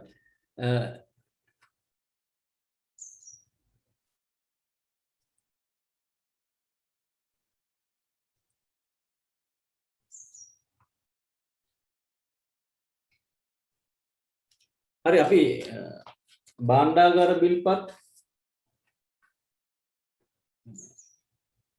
ඵලදායී ආයෝජන මාර්ගයක් ලෙස සැලකිය හැකි. ඒ සඳහා මේ කරුණු සාක්ෂි ලෙස ඉදිරිපත් කරන්න පුළුවන්. පළවෙනි එක තමයි අවදානම් රහිත අවදානම් අඩු ආරක්ෂාකාරී සුරක්ෂිත ආයෝජන මාර්ගයක්. ඒ කියන්නේ මුදල් ආපසු ගෙවීමට රජය වෙනුවෙන් මහ භාණ්ඩාගාරය එහෙම නැත්නම් මහ බැංකුව බැඳිලා ඉන්නවා. ඒ නිසා ආයෝජනයේ ආරක්ෂාව ඊටාම මැනවින් තහවුරු වෙනවා. එහෙනම් බය නැතුව මේ භාණ්ඩාගාර බිල්පත් මිලට ගන්න පුළුවන්. රජයේ ආරක්ෂාව මේකට තියෙන හින්දා ඉහළ මට්ටමේ රජයේ ආරක්ෂාවක් තියෙනවා. ඒකට මුදල් ආපසු ගෙවන්න රජය වෙනුවෙන් මහ භාණ්ඩාගාරයේ අනිවාර්යයෙන්ම බැඳෙන හින්දා ආරක්ෂාව ඉහළයි. දෙවෙනි කාරණය තමයි කෙටි කාලන ආයෝජන මාර්ගයක් වීම. දැන් කෙටි කාලන ආයෝජන මාර්ගය අපිට කෙටි කාලෙකින් ඒ කියන්නේ ඉහළ පොලියක් ගන්න පුළුවන් කෙටි කාලන ආයෝජන මාර්ගයක්. අපිට මුදල් යොදවලා ගොඩක් කාලයක් බලාගෙන ඉන්න අවශ්‍යතාවයක් නැහැ. පාසුවෙන් ගනුදෙනු කරන්න පුළුවන්. ඒක නිසා මේ ඒක විශේෂ වාසියක්. ඊළඟට ප්‍රතිලාභ ලැබීම ස්ථිරයි. ප්‍රතිලාභ ලැබීම ස්ථිරයි. ඒ කියන්නේ දැන් මේක රජයේ ආයෝජන මාර්ගයක්නේ. අපි රජයේනේ මුදල් යොදවන්නේ හින්දා මේ ප්‍රතිලාභ ලැබීම ස්ථිරයි. නිශ්චකවම ලැබෙනවා. ඒ පිළිබඳ මහ බැංකුවක් කියනවා. ඊළඟට ඉහළ ද්‍රවශීලතාවයක් සහිත මූල්‍යෝපකරණයක්. ඉහළ ද්‍රවශීලතාවයක් සහිත මූල්‍යෝපකරණයක්. විශේෂයෙන්ම කෙටි කාලන හින්දා පාසුවෙන් ගනුදෙනු කරන්න පුළුවන් නිසා භාණ්ඩාගාර බිල්පත් වල ද්‍රවශීලතාවය ඉහළ මට්ටමක තියෙනවා. ඒ වගේම දැන් මේවා අපිට ඉක්මනින් මුදල් බවට පත් කරගන්න පුළුවන් මාස 3 මාස 6 මාස 12 කල්පිරීමේ කාලයන්ගෙන් තියෙන්නේ. ඒ හින්දා මේක අපිට නැවත කාට හරි විකුණන්න පුළුවන්. එහෙම නැත්නම් පුළුවන් නැවත වාණිජ බැංකු වල ඒ කියන්නේ ප්‍රාථමික ආලෝකකරුවන්ට දීලා මුදල් කරගන්න පුළුවන්. ඒ වගේම දැන් මේකට නිත්‍ය තැන්පතු පාසුකම් අනුපාතයේ නිත්‍ය ණය පාසුකම් අනුපාතය යටතේ මේවා මේ ක්‍රියාත්මක වෙන හින්දා ඉහළ ද්‍රවශීලතාවයක් තියෙනවා. ඊළඟට බහුවිධ කල්පිරීම් සහිතයි. ඒ කියන්නේ දින 91 දින 182 දින 364 යන පරිමිත කාලයක් සහිතව නිකුත් කරන හින්දා ආයෝජකයෙකුට තමන්ගේ අභිමතය පරිදි ආයෝජන කාල සීමාව තීරණය කරන්න පුළුවන්. ඊළඟට ලේඛන රහිතව මේක නිකුත් කරන්නේ ඒ හින්දා මේ නිර්ලේඛන ස්වරූපුම්පත් පීමේ පද්ධතිය SSDS පද්ධතියේ පාසුකම් සපයලා තියෙනවා. නිර්ලේඛන ස්වරූපුම්පත් පීමේ පද්ධතිය අපි කියන මේක ලංකා සෙක්යු පද්ධතිය කියලා කියනවා. ඒ පද්ධතිය ඔස්සේ අන්තර්ජාලය ඔස්සේ විද්‍යුත් ක්‍රමයට ගනුදෙනු කිරීමේ පහසුකම් තියෙනවා ඒක විශේෂ වාසියක්. ඊළඟට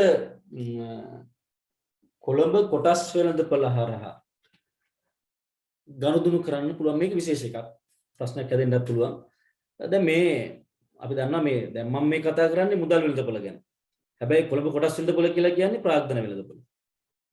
එතකොට භාණ්ඩාගාර බිල්පත් අයිති වෙන්නේ මුදල් වෙළඳපළට. දැන් මෙතන තියෙන ප්‍රශ්නේ මේක කොළඹ කොටස් වෙළඳපොලේ හරහා ගනුදෙනු කරන්න අවස්ථාව දීලා තියෙනවා. එතකොට ප්‍රාග්ධන වෙළඳපොළ අයිති වෙන්නේ කොටස් වෙළඳපොළ අයිති වෙන්නේ ප්‍රාග්ධන වෙළඳපොළට, භාණ්ඩාගාර බිල්පත් අයිති වෙන්නේ මුදල් වෙළඳපොළට. දැන් ඒක නිසා දැන් මේ මෙතන විශේෂ දෙයක් මේක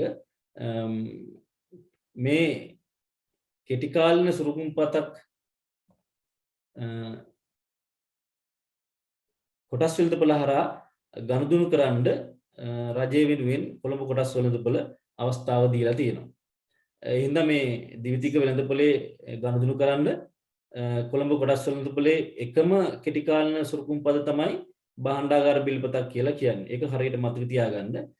කොළඹ කොටස් වෙළඳපොළ කියන්නේ දීර්ඝකාලීන එකක්. නමුත් ශ්‍රී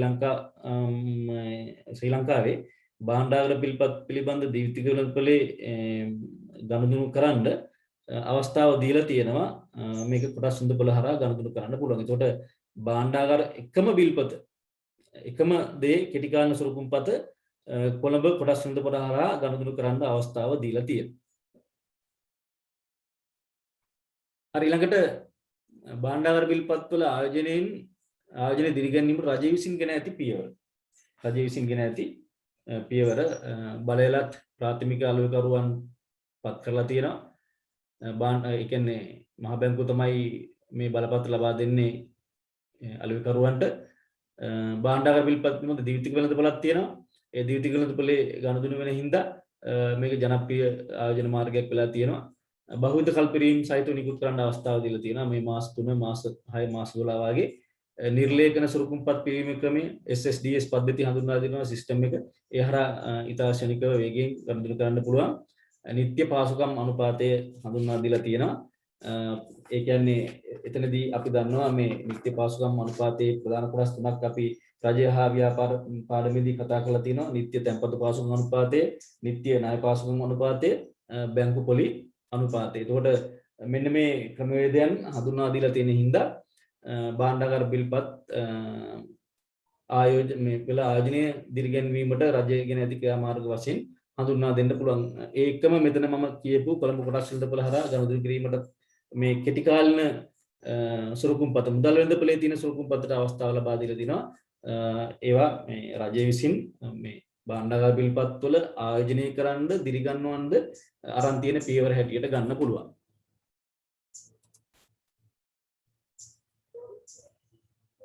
හරි එතකොට රජයේ සුරුකුම්පත් අලෙවිය සම්බන්ධ ප්‍රාථමික අලෙවිකරුවෝ කියන්නේ රජයේ සුරුකුම්පත් මිලට ගැනීමට හා විකිණීමට ශ්‍රී ලංකා මහ බැංකුවේ මුදල් මණ්ඩලයෙන් අවසරගත්තු ආයතන විශේෂ සියලුම වාණිජ බැංකු සහ ප්‍රාථමික වෙළඳුන් ප්‍රාථමික අලෙවිකරුවන් හැටියට ක්‍රියා කරනවා. ඒගොල්ලෝගේ කාර්යයන් තමයි මහ බැංකුවෙන් භාණ්ඩාගාර බිල්පත් හා භාණ්ඩාගාර මැදුම් කර මිලට ගැනීම, මිලටගත් සුරුකුම්පත් ආයෝජකයන්ට අලෙවි කිරීම, නිත්‍ය පාසුකම් අනුපාතය ක්‍රියාත්මක කිරීම, නිත්‍ය ණය, නිත්‍ය තැන්පතු පාසුකම් අනුපාතය, නිත්‍ය ණය පාසුකම් අනුපාතය, බැංකු පොලි අනුපාතය ඒ ක්‍රියාත්මක කිරීම මේගොල්ලෝ දායක වෙනවා.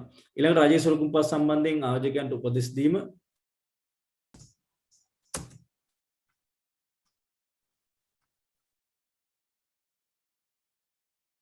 වාණිජ පත්‍රිකා වෙළඳපොළ. දැන් අපි වාණිජ පත්‍රිකා වෙළඳපොළ කියලා කියන්නේ ඉතා දියුණු ඉහළ මට්ටමේ කීර්තිනාමයක් සහිත සීමා සහිත පොත් සමාගම් විශාල මුදලක් රැස් කරගන්න නිකුත් කරන පත්‍රිකා විශේෂයක් තමයි වාණිජ පත්‍රිකා වෙළඳපොළ කියලා කියන්නේ. එතකොට බොහෝ විට අපසුරුකුම් රහිතව නිකුත් කරනවා. අපසුරුකුම් රහිතව නිකුත් කරන්නේ ඒ හින්දා මේ ඉහළ අවදානමක් තියෙනවා. ඒ කියන්නේ ගන්න ආයෝජකයන්ට අපයක් නැතුව තමයි ඒගොල්ලෝගෙන් ගන්නෙ. ඊළඟට කෙටි කාලීනව ලොකු මුදලක් රැස් කරගන්න නිකුත් කරන පත්‍රිකා විශේෂයක් තමයි වාණිජ පත්‍රිකා කියලා කියන්නේ. එතකොට විශේෂයෙන්ම මේ වට්ටමකට යටත්ව තමයි නිකුත් කරන්නේ. ඒ කියන්නේ අපි උදාහරණයක් ගමු ලක්ෂ 50ක් වටනා වාණ්‍ය පත්‍රිකා ලක්ෂ 45කට නිකුත් කරනවා. ඊට පස්සේ මාස 3ක් කල් පුරනහම සමාගමට ඒ වාණ්‍ය පත්‍රිකාට ඉදිරිපත් කරාම අපි මිලට ගන්නේ ලක්ෂ 45ට ලක්ෂ 50ම හම්බ වෙනවා. ඒ කියන්නේ ලක්ෂ 5ක ලාභයක් තියෙනවා. ලක්ෂ 5ක ලාභයක් තියෙනවා. ඒ කියන්නේ මම නැවත කිව්වොත් එහෙම ලක්ෂ 50ක් වටනා වාණ්‍ය පත්‍රිකා ලක්ෂ 45කට යම් ආයෝජකෙක් මිලට ගන්නවා සමාගමෙන්. මාස 3ක් කල් පුරනහම සමාගමට ඉදිරිපත් කරාම ලක්ෂ 5ක ලාභයක් එයාට ගන්න පුළුවන් ලක්ෂ 50ක් හම්බ වෙනවා. අපි බලමු මේකේ නිර්වචනය. සමාගම් තම කෙටි කාලීන ද්‍රව්‍යශීල අවශ්‍යතා සපුරා ගැනීම සඳහා නිකුත් කරනු ලබන පත්‍රිකා විශේෂය තමයි වාණ්‍ය පත්‍රිකා කියලා කියන්නේ. එතකොට වාණ්‍ය පත්‍රිකා විකිණීම හා මිලට ගැනීම සිදුවන වෙළඳපොළ වාණ්‍ය පත්‍රිකා වෙළඳපොළ කියලා කියනවා. ජනප්‍රිය පොත් සමාගම් නිකුත් කරනු ලබන අතර කල්පීමේ කාලයේ මාස 3 6 විදිහට වාණ්‍ය පත්‍රිකා කල් පිරෙනවා. දැන් මෙතන වලට වගුවක් දීලා දිනවා මුදල් වෙළඳපොලේ සිදු කරන කාර්ය හා ඒවා අයත් වෙළඳපොළවල අභ්‍යාසයක් බලමු. මේ වාණ්‍ය බැංකුවක් විදේශ බැංකු අනකර නිකුත් කිරීම. ඒට අදාළ වෙන්නේ එතන ලියා ගන්න විදේශ විනිමය වෙළඳපොළ. වෙළඳපොළ තමයි විදේශ විනිමය වෙළඳපොළ. ඊළඟට ඒකක භාරයක් ප්‍රාථමික අලෙවිකරුවකින් භාණ්ඩාගාර බිල්පත් මිලට ගැනීම. ඒකක භාරයක් විසින් ප්‍රාථමික අලෙවිකරුවකින් ගන්න භාණ්ඩාගාර බිල්පත් මිලට ගැනීම. එතකොට භාණ්ඩාගාර බිල්පත් පිළිබඳ ද්විතීක වෙළඳපොළ. භාණ්ඩාගාර බිල්පත් පිළිබඳ ද්විතීක වෙළඳපොළ. භාණ්ඩාගාර බිල්පත් පිළිබඳ ද්විතීක වෙළඳපොළ.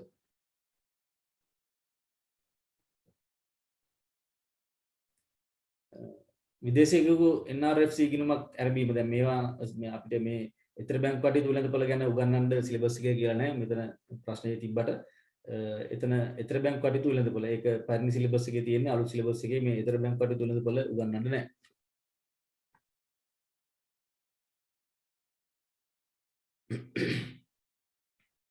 අර ඊළඟට වාණ්‍ය බැංකුවක් වෙනත් වාණ්‍ය බැංකුවකින් දින දෙකක් සඳහා ණයක් ලබා ගැනීම. ඒක දන්නවා. ඒක්ෂණ වෙළඳපොලේ ගනුදෙනුවා අන්තර් බැංකු ඒක්ෂණ වෙළඳපොළ. මහ බැංකුව විසින් ඉතිරි වන බිල්පත් දැරීම. මහ බැංකුව විසින් ඉතිරි වන බිල්පත් දැරීම. ඒ කියන්නේ භාණ්ඩාගාර බිල්පත් ඉතිරි වෙන ඒවා මහ බැංකුව විසින්ම තියා ගන්නවා. ඒක භාණ්ඩාගාර බිල්පත් පිළිබඳ ප්‍රාථමික වෙළඳපොළ කියලා ලියන්න.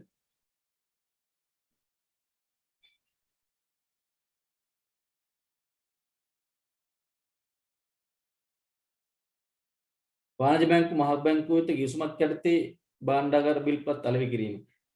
වාණිජ බැංකු මහ බැංකුව වෙත ගිවිසුමක්. මේ නිත්‍ය ණය පාසුම් අනුපාතය ගැන මේ එතන කියන්නේ. ඒ කියන්නේ ඒකත් භාණ්ඩාගාර බිල්පත් පිළිබඳ වෙළඳපොළ තමයි උපවෙළඳපොළ. භාණ්ඩාගාර බිල්පත් පිළිබඳ ද්විතීක වෙළඳපොළ.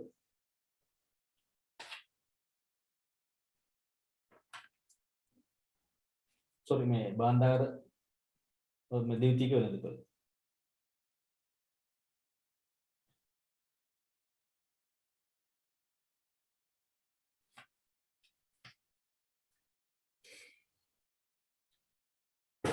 හරි. දැන් අපි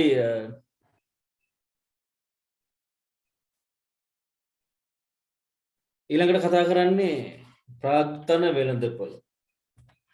දැන් ප්‍රාග්ධන වෙළඳපොළ කියලා කියන්නේ දිගු කාලීන අරමුදල් අවශ්‍යතා සපුරාලීම සඳහා සංවිධානය වුණු වෙළඳපොළ. මෙහි වර්ෂයකට වඩා වැඩි කාලයක් පරිණත වන මූල්‍ය උපකරණ ගනුදෙනු වෙනවා. මුදල් වෙළඳපොළ හා ප්‍රාග්ධන වෙළඳපොළ අතර එකම වෙනස කල් පිරෙන කාලය. ඒ කියන්නේ මුදල් වෙළඳපොලේ මූල්‍ය උපකරණ අවුරුද්දකට වඩා අඩු කාලයක් තුල කල් පිරෙනවා. මූල්‍ය වෙළඳපොලේ ප්‍රාග්ධන වෙළඳපොලේ උපකරණ කල්පිරෙන අවුරුද්දකට වඩා වැඩි කාලයක් යනවා. දැන් ඕනෑම රටක ආර්ථිකයක තීරණාත්මක සම්දිස්ථානය තමයි ඒ රටේ ප්‍රාග්ධන වෙළඳපොළ. එහෙම කියන්න පුළුවන් මොකද රජය හා සමාගම් ඔවුන්ට අවශ්‍ය ප්‍රාග්ධනය සපුරා ගන්නේ ප්‍රාග්ධන වෙළඳපොළ හරහා. එතකොට ප්‍රාග්ධන වෙළඳපොළ කාර්යක්ෂම නම් ඒ රටේ ව්‍යාපාර දියුණු වෙන්න ඉඩකඩ තියෙනවා. හොඳ කාර්යක්ෂම ආයෝජකයන් විශාල පිරිසක් සැරිසරන ප්‍රාග්ධන වෙළඳපොළක ඒ ප්‍රාග්ධන වෙළඳපොළක් කියලා කියන්නේ රටක ව්‍යාපාරිකයන්ට බොහෝ ලේසියෙන් ප්‍රාග්ධනය සම්පාදනය කරගෙන ව්‍යාපාර දියුණු කරගන්න අවස්ථාව ලැබෙනවා.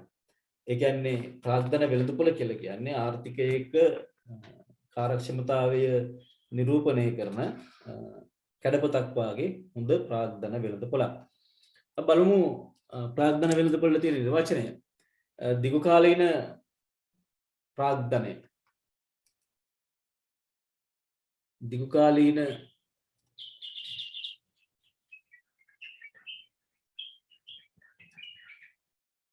මෙතන ඉන්න දිගුකාලීන ප්‍රාග්ධනය.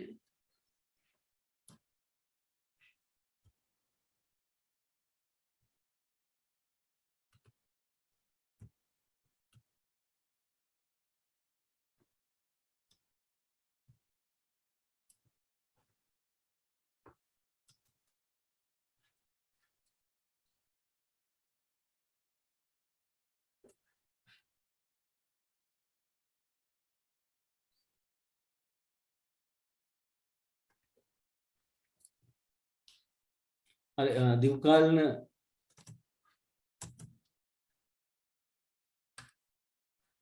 ප්‍රාග්ධනය සපුරාලීම සඳහා සංවිධානය වූ වෙළඳපොළයි වර්ෂයකට වඩා වැඩි කාලයක් කල්පිරෙන මූල්‍ය උපකරණ ගනුදෙනුවන සිදු වන වෙළඳපොළ මේ නමින් හඳුන්වනවා.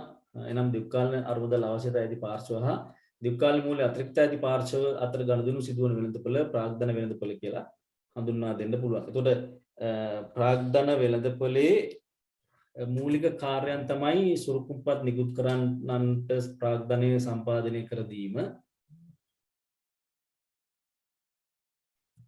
ඊළඟට ආයෝජකයන්ට සුරුකුම්පත් බෙදා හැරීම. ආයෝජන කරපු ආයෝජකයන්ට සුරුකුම්පත් බෙදලා දෙන එක. ඊළඟට සුරුකුම්පත් අතිනත අලෙවි කිරීම සඳහා ද්විතීක වෙළඳපළක් ඇති කිරීම. ඒවා තමයි ප්‍රාග්ධන වෙළඳපොලේ මූලික කාර්යයන්. හරි, එතකොට ප්‍රාග්ධන වෙළඳපොලේ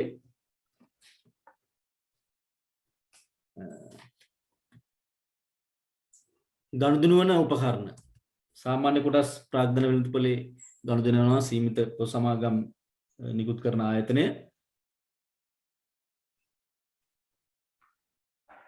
මේක මාරු වෙන්න ඕනේ.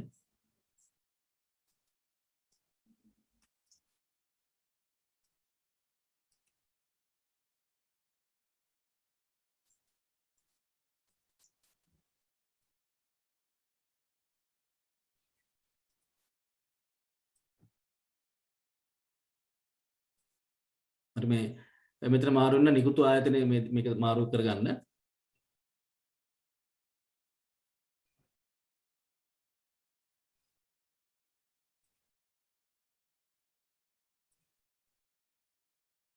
හරි, එතකොට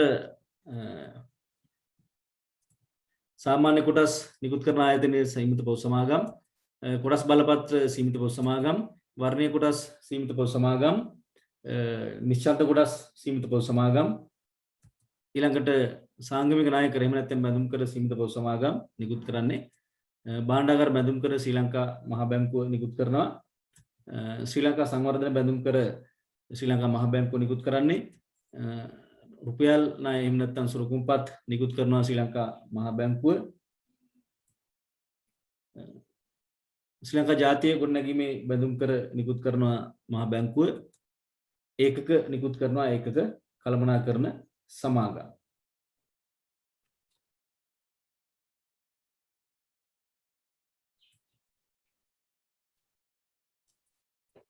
හරි, ඊළඟට අපි කතා කරනවා මේ ප්‍රාග්ධන වෙළඳපොලේ උප වෙළඳපොළවල්. දැන් අපි භාණ්ඩාගාර බිල්පත් වෙළඳපොළ කතා කරා මේ භාණ්ඩාගාර බැඳුම් කරය දිගු කාලින එක. රජයට අවශ්‍ය මධ්‍ය කාලීන හා දීර්ඝ කාලීන ණය දේශීය මුදල් ලබා ගැනීම සඳහා රජය වෙනුවෙන් ශ්‍රී ලංකා මහා බැංකුව නිකුත් කරන නිර්ලේඛන සුළුකුම්පත් විශේෂයක් භාණ්ඩාගාර බැඳුම් කර ලෙස හඳුන්වනවා. මේවා හුමාරුවන වෙළඳපොළ තමයි භාණ්ඩාගාර බැඳුම් කර වෙළඳපොළ කියලා කියන්නේ. සුරක්ෂිත මූල්‍ය උපකරණයක් මේක. රුපියල් 10000 ගුණිතයෙන් යුක්තව මිලදී ගන්න පුළුවන්. වසර 2 සිට අවුරුදු 30ක් දක්වා කල් පිරෙනවා. එතකොට මේ භාණ්ඩාගාර බැඳුම් කරවල ලක්ෂණ තමයි සුරක්ෂිත මූල්‍ය උපකරණයක්.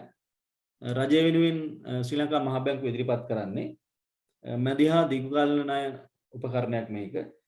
ඒ කියන්නේ කල්පිරීමේ කාලය අවුරුදු 2 සිට අවුරුදු 30 දක්වා දී වෙන හින්දා ඊළඟට ගනුදෙනු කළ හැකි නිර්ලේඛන සුළුකුම්පතක් රුපියල් 10000 ගුණිතයන්ගෙන් නිකුත් කරන්නේ වසර 2 සිට 30 දක්වා කල්පිරීමේ කාලයන් යුක්තයි. ශ්‍රී ලංකා රුපියල් වලින් තමයි නිකුත් කරන්නේ.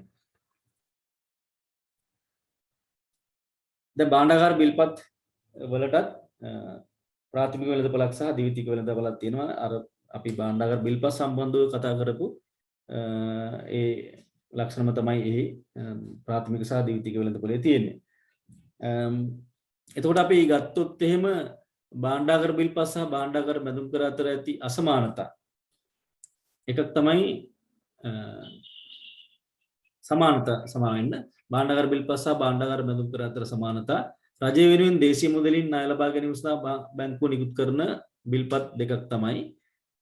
ඊළඟට ප්‍රාථමික නිකුතුව බලයත් අලෙකරුවන් තමයි ඉස්සෙල්ලාම මේවා මිලට ගන්නෙ.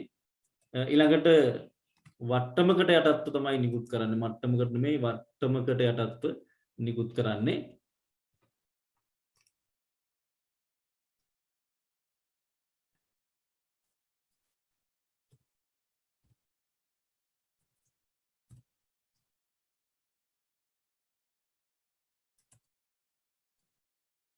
ඊළඟට අවදානම් රහිත සුරක්ෂිත ණය උපකරණයක්. ඊළඟට නිර්ලේඛන සුළුකුම්පතක් මේකත් ගනුදෙනු කළ හැකි ලියවිල්ලක්. ඒක නිසා භාණ්ඩාගාර බිල්පත් හා භාණ්ඩාගාර බැඳුම් කරවල සමානතා රජය වෙනුවෙන් මේ දෙකම නිකුත් කරන්නේ රජය වෙනුවෙන් දේශීය මුදලින් ණය ලබා ගැනීම සඳහා මහා බැංකුව නිකුත් කරන්නේ ප්‍රාථමික නිකුතුව බලලත් අලෙකරුවන්ගෙන් වට්ටමකට යටත්ව නිකුත් කරනවා. අවදානම් රහිත සුරක්ෂිත ණය උපකරණයක් නිර්ලේඛන සුළුකුම්පතක් ගනුදෙනු කළ හැකි ලියවිල්ලක්. මේ දෙකේම ඒ ලක්ෂණ තියෙනවා. ඒවා සමානතා හැටියට ගන්න පුළුවන්.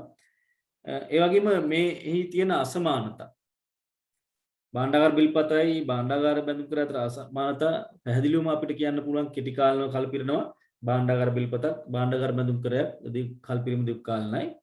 මුදල් වෙළඳපොළ තමයි නියෝජනය කරන්නේ භාණ්ඩාගාර බිල්පත් භාණ්ඩාගාර බැඳුම් කර ප්‍රාග්ධන වෙළඳපොළ නියෝජනය කරනවා. සෑම සතියට වරක්ම නිකුත් කරනවා භාණ්ඩාගාර බිල්පත්. අවශ්‍යතාවය අනුව තමයි නිකුත් කරන කාලය තීරණය කරලා අවශ්‍යතාවය අනුව භාණ්ඩාගාර බැඳුම් කර නිකුත් කරන්නේ. පොලිය කල් පිරීමෙන් පසුව ලබා දෙනවා.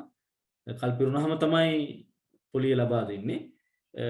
හැබැයි මාස 6කට වරක් පොලිය ලබා දෙනවා භාණ්ඩාගාර බැඳුම් කරවල. ඒකට භාණ්ඩාගාර බැඳුම් කර ආයෝජනය කරලා මාස 6න් 6ට ඒ කියන්නේ අවුරුද්දට දෙපාරක් පොලිය ගන්න පුළුවන්.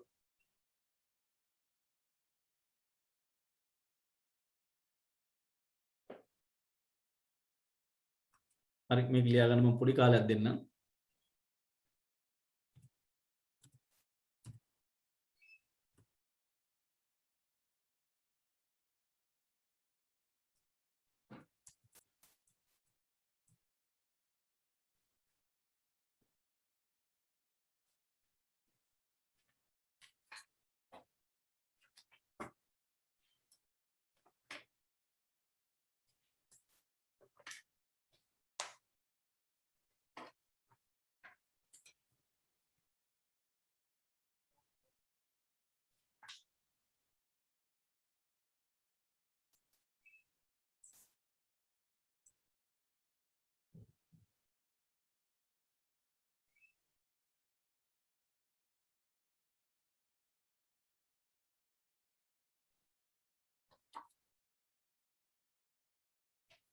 ඒ වගේම තමයි භාණ්ඩාගාර බිල්පත් නිශ්චිත පොලි අනුපාතයක් මත නිකුත් කරනවා. වෙනස් වෙන්නේ නැහැ පොලි අනුපාතය. භාණ්ඩාගාර බැඳුම් කර පොලි අනුපාතය වෙනස් වෙනවා. මේ වෙනස් වෙන පොලි අනුපාතයක් අනුව තමයි භාණ්ඩාගාර බිල්පත් නිකුත් කරන්නේ. භාණ්ඩාගාර බැඳුම් කර නිශ්චිත පොලි අනුපාතයක් මත නිකුත් කරනවා. ඒකත් අපිට ගන්න පුළුවන් මේකේ වෙනසක් හැටියට. එනේ ශූන්‍ය භාණ්ඩාගාර පිළිපත් ශූන්‍ය පොලි අනුපාත මත නිකුත් කරන්නේ. භාණ්ඩාගාර බැඳුම් කර නිශ්චිත පොලි අනුපාතයක් මත තමයි නිකුත් කරන්නේ.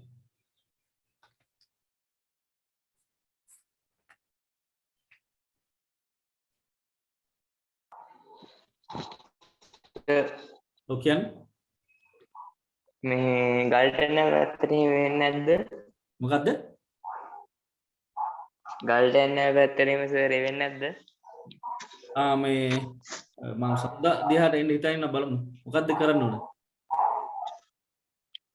අර මේ ටියුට් එකක් ගෙන්නව ගන්න ඕන. දැන් අර එක එක ළමෙක් මේ ටියුට් දෙක පිටින් කියලා අර අංජනා එයා ගහ ගන්නවා කිව්වා.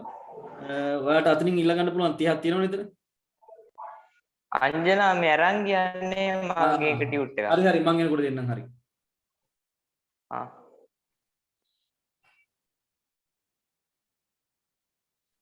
හරි එතකොට භාණ්ඩාගාර බැඳුම් කරවල ආයෝජනය ලැබෙන්න පුළුවන් ප්‍රතිලාභ එකක් තමයි ඉහළ සුරක්ෂිතතාවයක් තියෙන මූල්‍ය උපකරණයක්. ඒ හින්දා මේ රජයේ මැදිහත් වීම මේකේ තියෙනවා මහ බැංකුව හරහා. ඒක නිසා සුරක්ෂිත මූල්‍ය උපකරණයක්. ප්‍රශ්නයක් නැහැ. ආයෝජනයෙන් කිසිම ගැටලුවක් ඇති වෙන්නේ නැහැ. ඊළඟට ඉහළ පොලි ආදායමක් ලබා ගන්න පුළුවන්. අවුරුද්දට දෙපාරක් පොලිය ගන්න පුළුවන්. මධ්‍යහ දික්කාලන ආයෝජනයක් ලෙස භාවිතා කරන්න පුළුවන්. ලංකා සෙක්කු පද්ධතියේ නිර්ලේඛන ස්වරූපමත් ලෙස ලංකා සෙක්කු පද්ධතිය දහදා නිකුත් කරනවා. එහෙනම් මේක විද්‍යුත් ක්‍රමයට උනත් ලබා ගන්න පුළුවන්. මෙහි ද්විතීක වෙළඳපළක් තියෙනවා. ද්විතීක වෙළඳපළේ ගනුදෙනු වෙනවා. ඒ හින්දා මේ තමන්ගේ භාණ්ඩාගාර බැඳුම් කර ඉක්මනින් මුදල් බවට පත් කර ගන්න පුළුවන්. ඉඳ ඉහළ ද්‍රව්‍යශීලතාවයක් ඒකේ රැක ගන්න පුළුවන් එකක්. ඊළඟට කොටස් වෙළඳපොළ තුලින් ගනුදෙනු කරන්න පුළුවන්. භාණ්ඩාගාර බැඳුම් කර ද්විතීක වෙළඳපළක් තියෙනවා. ඊළඟට බදු වලින් නිදහස්. භාණ්ඩාගාර බිල්පත් වලින් ලැබෙන ආදායම බදු වලින් නිදහස් කරලා තියෙනවා.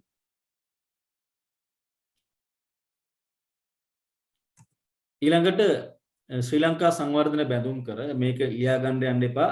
මම දාන්නම් මේ දෙකේ නෝට් එක. සංවර්ධන බැඳුම් කර කියලා කියන්නේ රජයට අවශ්‍ය ණය විදේශ මුදලින් ලබා ගැනීම පිණිස රජය වෙනුවෙන් මහා බැංකුව ඇමරිකානු ඩොලර් වලින් නිකුත් කරන ලේඛනගත සුරුකුම් පදක් තමයි ශ්‍රී ලංකා සංවර්ධන බැඳුම් කර කියලා කියන්නේ.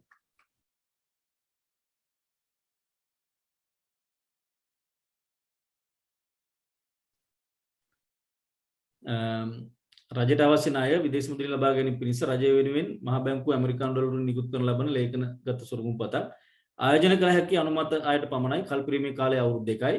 අනුමත පාර්ශ්ව තමයි විදේශිකයන්ට ගන්න පුළුවන්.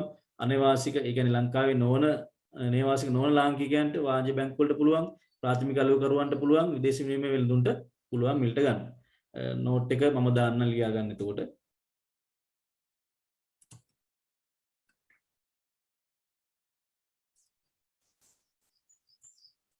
හරි ඊළඟට ශ්‍රී ලංකා ජාතිය ගොඩනැගීමේ බැඳුම් කර කියලා කියන්නේ ඇමරිකානු ඩොලර් යුරෝ ස්ටර්ලින් පවුන්ඩ් වලින් කියන මුදල් ලේඛ වලින් තමයි රජයට ණය ලබා ගැනීම සඳහා වසර 5කින් කල්පින පරිදි නිකුත් කරන නිර්ලේඛන සුරුකුම් පදක් තමයි ජාතිය ගොඩනැගීමේ බැඳුම් කර කියලා කියන්නේ. ඒකත් මිලට ගන්න පුළුවන්. අනේවාසික ශ්‍රී ලාංකිකයන්ට ditth පුරවැසිභාවයේ හිමි ශ්‍රී ලාංකිකයන්ට විදේශ රටවල ශ්‍රී ලාංකිකයන්ට මිලට ගන්න පුළුවන්. ඒතර මේ ශ්‍රී ලංකා සංවර්ධන ජාති ගොඩනැගීමේ බැඳුම් කර මගින් ආජිකයන්ට ලැබෙන ප්‍රතිලාභ තමයි ජාත්‍යන්තර පොලි අනුපාත අනුව පොලි හිමි වෙනවා. ඊළඟට වසරකට දෙවරක් පොලි ගන්න පුළුවන්. මුදල් හෝ පොලි ගෙවීම පිළිබඳ රජයේ සහතිකයක් තියෙන හින්දා කිසිම ප්‍රශ්න නැහැ. ඊළඟට මුදල් ආපසු සිය රටට පහසුවෙන් අරගෙන යන්න පුළුවන්. පහසුවෙන් වෙනත් කාට හරි පවරන්නත් පුළුවන්.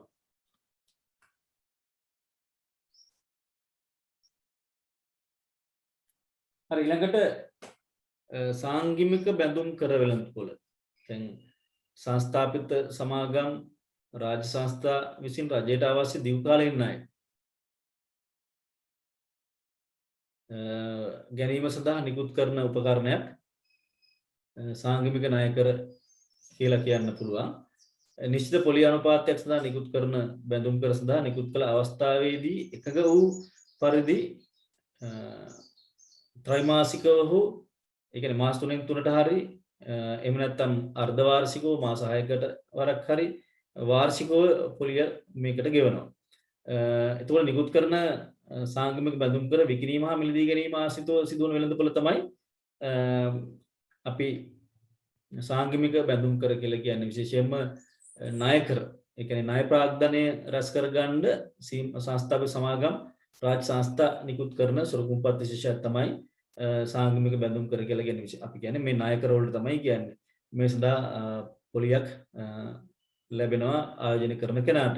ඒ සඳහා තියෙන වෙළඳපොළ තමයි සාංගමික බැඳුම් කර වෙළඳපොළ කියලා කියන්නේ.